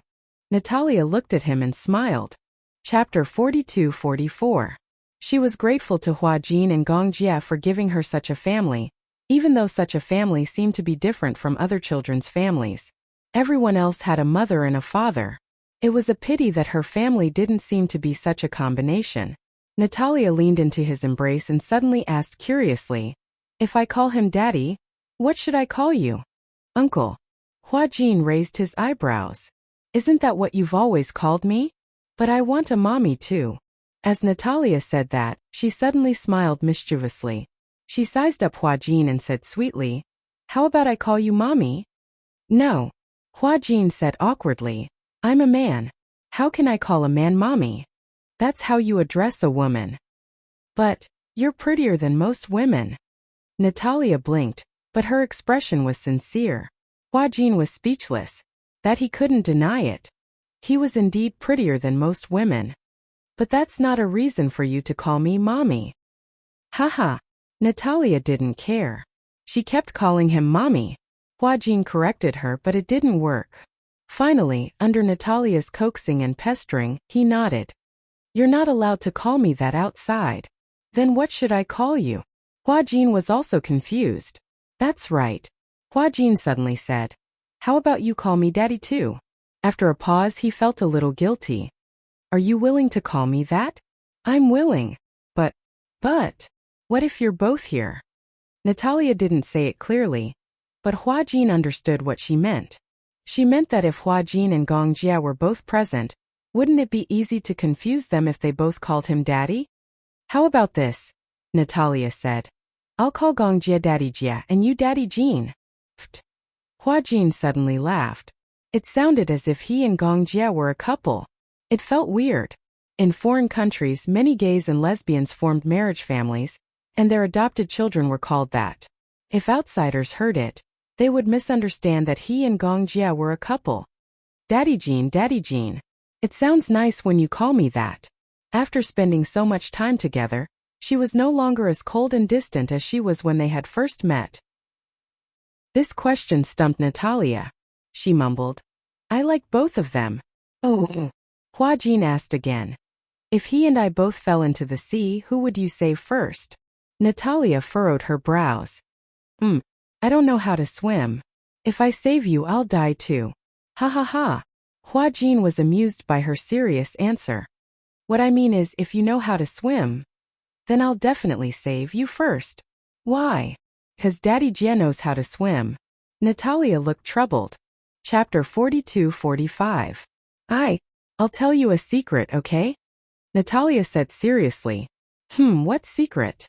"Actually, I have an older sister." Natalia hesitated for a long time before deciding to tell him the secret.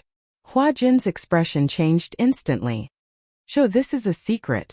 Don't tell anyone else, or else my sister will be angry." "What's your sister's name?" "Natalia," Natalia said. "Actually, it feels weird to say that she's my sister because other than me, no one else has seen her. I feel that she's more like another me." "You can see her?"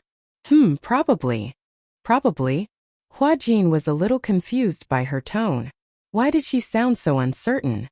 "So, can I see her or not? Does it count if I see her in my dreams?" "In your dreams?" I feel that she can control my body. Do you know about the crystal ball?" Hua Jin vaguely sensed that he might be able to find some clues about Natalia from Natalia's mouth. Hence, he listened to her attentively. "That crystal ball was a gift from my sister Natalia." "Gift?" Natalia nestled in his arms and recalled. "Actually, the first time I saw her was a long time ago. At that time I couldn't sleep well. I would have many dreams, very strange dreams. Many times I couldn't even tell which was reality and which was a dream. So, she gave me that crystal ball and said that as long as I hugged it to sleep at night, I would be able to sleep well. At least I wouldn't have those strange dreams anymore." "Crystal ball?" Could it be, Natalia had hinted to Natalia that hugging the crystal ball would allow her to sleep well? Was she actually using the crystal ball to control Natalia? Natalia might have been controlled by Natalia because of the crystal ball? This seemed to be a very important clue. "I see." Hua Jin probed. "Do you have to hug the crystal ball to sleep every night?" "Yes, sometimes I forget, but if I do, I'll have a lot of strange dreams at night. However, if I hold the crystal ball, sometimes I feel like I have slept for several days and I feel very tired when I wake up." "I see. Actually, I'm very curious." Natalia frowned and turned to look at Hua Jin. Pursing her lips, she hesitated for a long time before finally asking the question that had been bothering her for a long time. "None of you can see Natalia, can you?" Hua Jin didn't say anything. He just shook his head subconsciously. "I feel that Natalia is very bad." "Very bad?" "Yes, she told me not to trust anyone, including you and Daddy. So, in the beginning I was always wary of you, but slowly I found that you were very good to me, very gentle, just like family.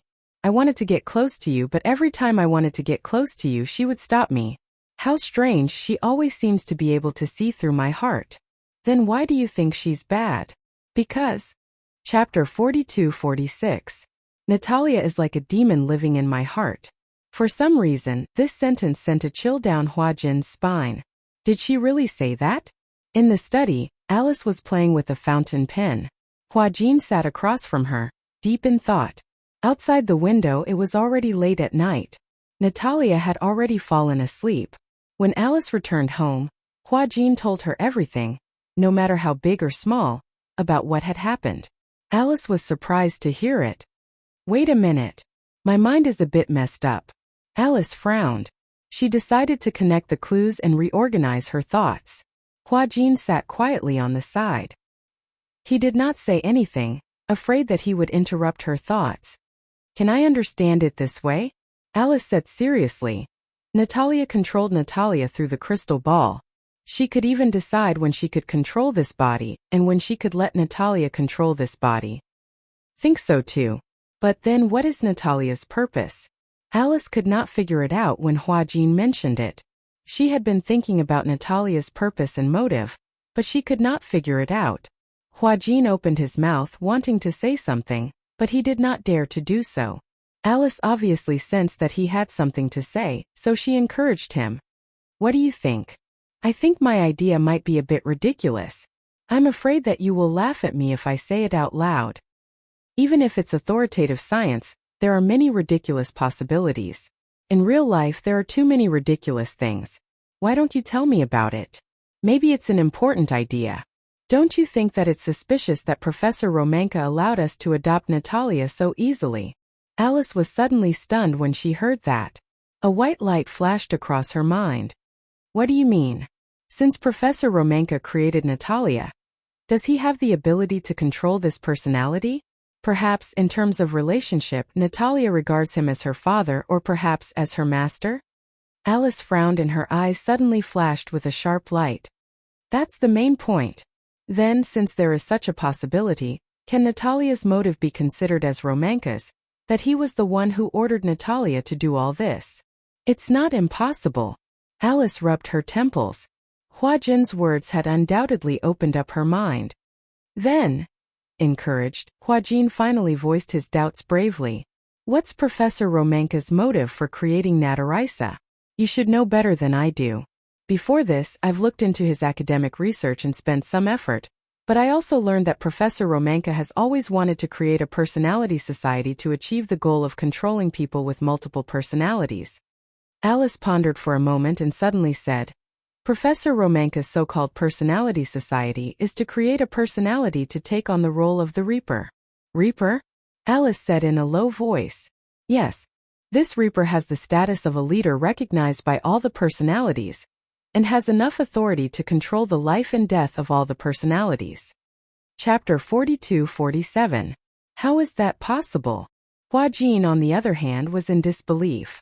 Don't tell me that even the main personality of a Reaper can be completely controlled? It's not to the extent of being controlled. However, it's hard to completely rule out this possibility. That's equivalent to not saying anything. Hua Jin said again. It's like a doctor telling a cancer patient, there's a chance of curing the disease, but it doesn't rule out the possibility of not being able to survive. I've already said that even the most authoritative science doesn't have absolute conclusions. In fact, there are still many things in this world that humans haven't explored and understood. The so-called science itself is a known and verified answer. Alice emphasized and said, however, what we've learned from Professor Romanka's conclusion is that the Reaper's ruling power is very terrifying. Hua Jin suddenly became a little worried. It can't be that the main personality can be killed, right? After a pause, Hua Jin said again, I remember someone said before that the position of the main personality is absolutely not allowed to be challenged. The main personality won't be controlled, let alone killed. Yes, that's it. Alice frowned and suddenly said, but that's only in theory. For example, after many experiments through electric shocks, and even through many similar experiments, there's a possibility that the other personalities will disappear. There's a more mysterious saying that these personalities are all driven to the land of exile. However, the world of dual personality and multiple personality is very complicated. After all, this kind of symptom is not like a fracture that can be determined through X-rays. It's very difficult for the outside world to find out what the world of these patients is like. You can't enter their mental world, so you can't find out what kind of earth-shaking changes are happening in their bodies.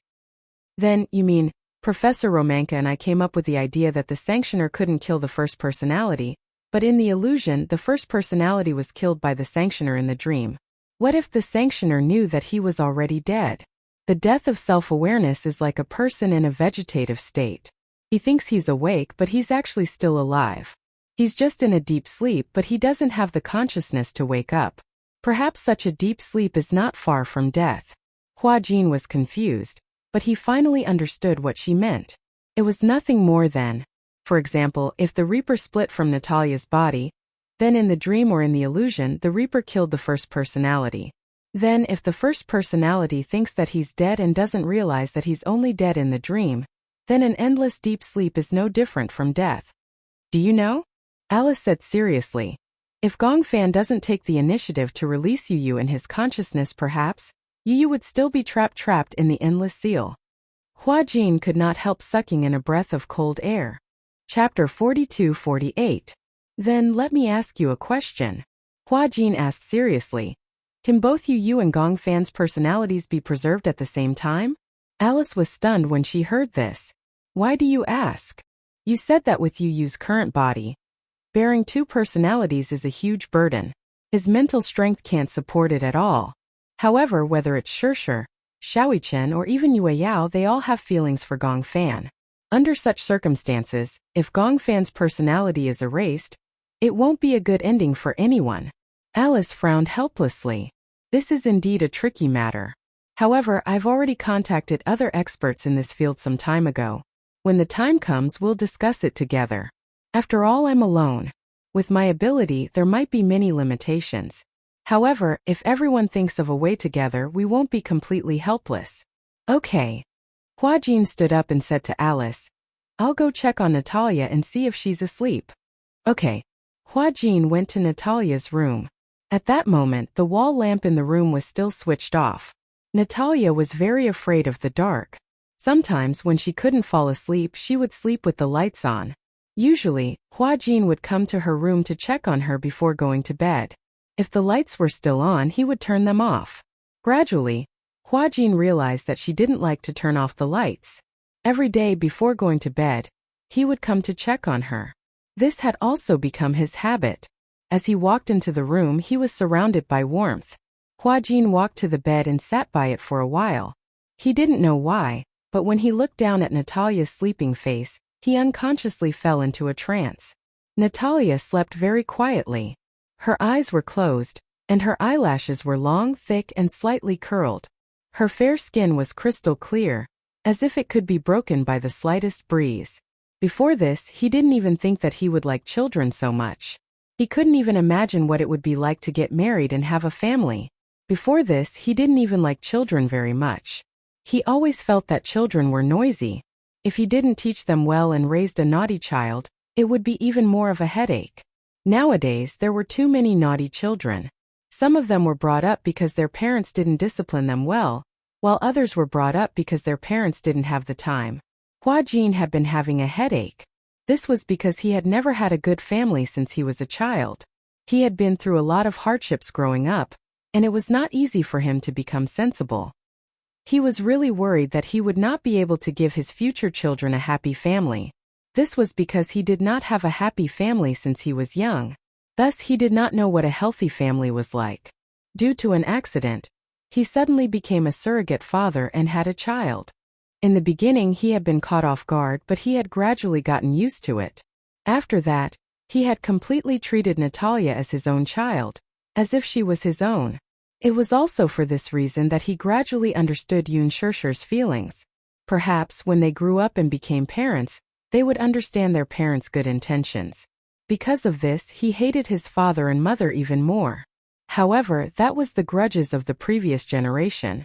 He didn't want to understand, nor did he want to participate. He only wanted to give Natalia a warm family as much as possible. That was all. Chapter 42-49. He only hoped that Natalia could grow up peacefully like other children and have a normal family. Hua Jin gently reached out and carefully touched her skin. When his fingertips touched her face, he accidentally brushed past her eyelashes. Even though she was asleep, the itchy mark made Natalia shiver. He quickly retracted his hand, afraid that he would wake her up. After making sure that she was fast asleep again, he smiled, lowered his head, and gently pecked her on the forehead. Then he got up, turned off the lights, and quietly walked out. On the bed, Natalia felt as if she was dreaming and felt the warm goodnight kiss. She couldn't help but curl her lips into a half-smile.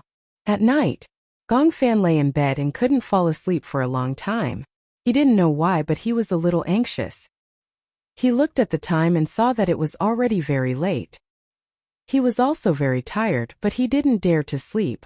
He was afraid that if he fell asleep, he wouldn't be able to wake up again. His anxiety made him even less sleepy. Thus, after a few rounds of tossing and turning, he felt much more refreshed. He sat up a little and leaned against the bed. He turned to look at Xiaoyichen and saw that he was already breathing evenly. It was obvious that he was dreaming. Gong Fan let out a soft sigh and got out of bed. He shuffled his slippers and put on a jacket. When he passed by the study table, he saw Xiaoyichen's earphones and iPod on the table, and picked them up. He put on the earphones, walked to the balcony, and turned on the music. The music was paused halfway, so when he pressed the play button, the music started to play. Looking back, you haven't gone far. His gaze will never change. Gong Fan was stunned. He didn't expect Xiao Chen to listen to such sad music. The music was alright, but the singing was sad and the lyrics were sad. It couldn't help but stir up one's emotions. Gong Fan walked to the swing and sat up gently. He casually kicked it, and the swing started to sway slowly. The night breeze was gentle and it was a little cold. He straightened his clothes and looked up at the moon in the sky. Indistinctly, he heard a suppressed sobbing sound. Gong Fan was shocked and shouted. He followed the sobbing sound and groped his way over. His footsteps were very light, so even when he walked to the other balcony, the sobbing did not stop because he was discovered. What should I do? Am I being too selfish? When Gong Fan heard Yun Shishir's choked voice, his heart skipped a beat. He stood rooted to the ground, not daring to move. The balcony of the master bedroom was separated by a wall. On the balcony, Yun Shishir leaned against the railing. She lowered her head and held her forehead in frustration. Muyaja comforted her tenderly. Don't think too much. If Yu sees you like this, she will feel even worse. What should I do? Yun Shishir sobbed and said sadly, I can't bear to part with Gong Fan. My heart aches for this child. He has been carrying so much on his shoulders since he was young. You must have noticed my reluctance and heartache for Gong Fan. So he shouldered everything by himself. And I can't do anything to help. Because of my selfishness, even though he is in so much pain, he can't bear to make a choice. He is worried that if he loses Gong Fan, I will be sad. Chapter 4250. She knew that she was the one who couldn't bear to part with Gong Fan. Yu could tell that she couldn't bear to part with him. That was why she had held on for so long. But now she could tell that Yu's mental state was getting worse. Nightmares were endless. Nightmares destroyed one's willpower. Yu insisted that he was fine. She didn't even say a word of comfort. This wasn't something she wanted to see. She had imagined such a situation countless times. Yu and Gong Fan. She had to choose between them. But every time she thought of making a choice, she didn't dare to think about it anymore. It was this hesitation and indecisiveness that made Yu bear so much silently. There's no point in thinking so much now. I'm just thinking that whether it's Gong Fan or Yu, they are both our sons and we can't do without either of them.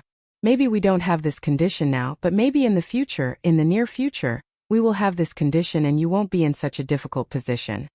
When Yun Shishir heard this, she couldn't bear it anymore.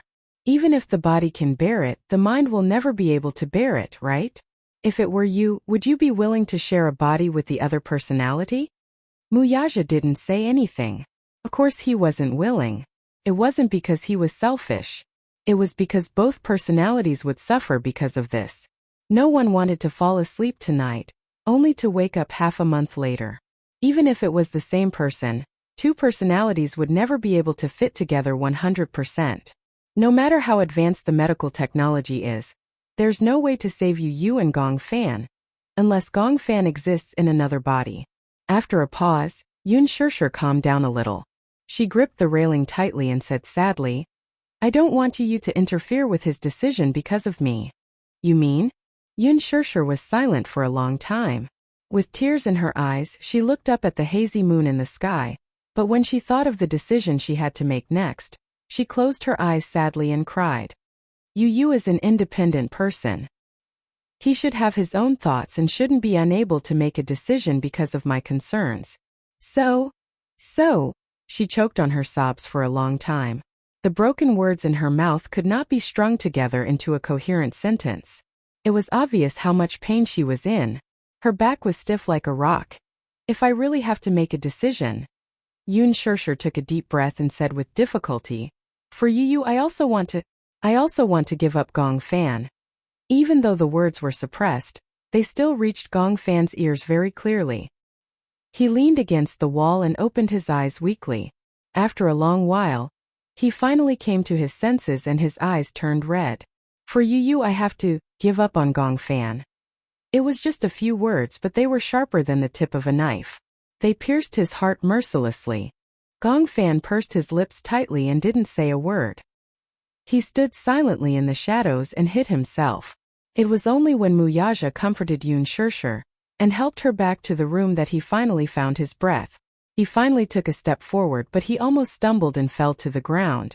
Chapter 42:51. He sat on the bed in a daze. At that moment, Xiaoqian was still sleeping soundly on the bed. He looked at Xiaoqian with sincere envy. He envied Xiaoqian for having a peaceful world. He didn't have to worry about not being able to appear again.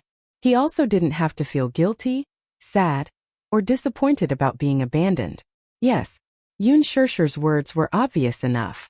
For Yu, she was willing to give him up. In other words, if there was a medical method that could save Yu, she was willing to give him up. Between Yu and his Libra, she chose Yu. But what was wrong with that? After all, her feelings for Yu were not something he could compare to. But it was unfair. In fact, he had appeared a long time ago in this body. It was just that Gongfan felt indignant but helpless. Even so, even if he knew it was unfair, what could he fight for? He couldn't win. Gongfan suddenly felt very sad. The thing that he had been afraid of had finally happened. He had always felt uneasy and insecure. Even if Yun Shirshir tried her best to give him a sense of security, he still didn't feel safe. Now that he heard Yun Shirshir's decision with his own ears, Gongfan's entire world collapsed. He lay down on the bed and looked at the ceiling in a daze. His tears gradually stopped, but that kind of sadness was not something that tears could express. His heart was full of tears, but they couldn't flow anymore. The next day, Xiaoqian realized that Gongfan was depressed. He sat alone in a corner and ignored everyone who called him. It was just like when Gongfan returned to the Mu family. He was cold and distant.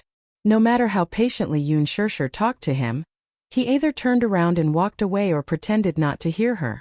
Yun Shirshir didn't know what had happened to make Gongfan treat her so coldly. Xiaoqian was also very surprised. Why did Gongfan's attitude toward his family suddenly become so cold? For the next few days, Gongfan was like this. Xiaoqian could not hold it in any longer. He pulled Gongfan into the room, and his cheeky smile was replaced by a serious expression. "What's wrong with you recently?" Gongfan broke free from his restraints and glanced at him coldly. There was no emotion in his eyes. Since she had already given up on him, she might as well be cold to the end. If he treated them so coldly, they would also be disappointed in him and treat him coldly. In this way, if the day of separation really came, no matter who it was, they wouldn't be reluctant to leave and wouldn't feel sad. That was what he thought. However, his aloof attitude had undoubtedly infuriated little Yi Chen. "Why aren't you talking?" He was a little annoyed. "Didn't you say that no matter what happened, you would never make mommy angry or sad? But look at what you've been doing these past few days. No matter how much mommy and I talk to you, you ignore us. Do you know that mommy's imagination will run wild and she will be very sad?" This series of aggressive questioning made Gongfan even angrier. He raised his eyes to look deeply at little Yi Chen and let out a sneer. Chapter 42:52. He was filled with anger, but he couldn't find a way to vent it. At this point, he still didn't want to make things clear. He didn't even want to vent his anger on Xiaoqian, so he forcefully restrained himself. Gongfan took a deep breath and turned to leave the room. When Xiaoqian saw this, how could he allow him to leave without saying a word? Hence, he hurriedly reached out to grab him. "You haven't answered me." Gongfan returned to his senses expressionlessly and asked disapprovingly, "Answer? What kind of answer do you want?" When Xiaoqian saw that his expression was still as cold as ice, he felt helpless. "What's wrong with you?" "I just regret it." "Regret? I shouldn't have come back in the first place, and I definitely shouldn't have let you wake up. That way, I could have occupied this body without any worries and wouldn't have to worry about competing with anyone." As he said this, Gongfan angrily flung his hand away. He naturally thought that Xiaoqian would naturally be on the same side as Yun Shirshir. He would probably choose to give up on him too. After all, compared to him, he would definitely prefer Yu. Xiaoqian was probably one of the people who had given up on him, just like Yun Shirshir. As for him, he wasn't needed. What else was there to say to him? Gongfan said resolutely, "What I regret the most is treating you as my family." After saying this, he ignored the petrified Gongfan and left indifferently. Xiaoqian stood rooted to the ground for a long time, trembling in disbelief. He was angry that Gong Fan had let down his mommy's love. Mommy doted on him so much, but he had actually said such cruel words. Xiao Qian didn't know what Gong Fan had experienced. He didn't even know that Gong Fan had eavesdropped on the conversation between Yun Shirshir and Mu Yaja yesterday. Hence, he only thought that Gong Fan had thoughts of betrayal. Was he planning to betray Yu and monopolize her body? Xiao Qian reacted and quickly chased after him. Before Gong Fan could go far, he rushed forward and grabbed his wrist. He shouted sternly, "You're not allowed to leave. Speak clearly." Gong Fan was also stunned. He had never seen such a furious Xiao Qian. He was like an enraged tyrannosaurus, glaring at him like a tiger eyeing its prey. "I won't allow you to betray Mommy and Yu." When Yun Shirshir heard Xiao Qian shout, she anxiously walked over with Yao in her arms. However, when she saw the two of them confronting each other, her eyes widened in shock. "What happened?" she asked, completely unaware of what had happened between the two of them. Xiao Qian turned around. When he saw that it was Yun Shirshir, he snapped out of his rage and regained some rationality. "Mommy, what happened?" Yun Shirshir asked in surprise. "Why did the two of them quarrel?" Xiao Qian would never quarrel with Yu, much less with Gong Fan. From what he knew, Yu and Gong Fan were both his younger brothers, and he was the older brother. Hence, he thought that he had to give in to his two younger brothers and never quarrel with them. It was extremely rare for her to see Xiao Qian so angry, and she had never seen him so angry with anyone. "What happened?"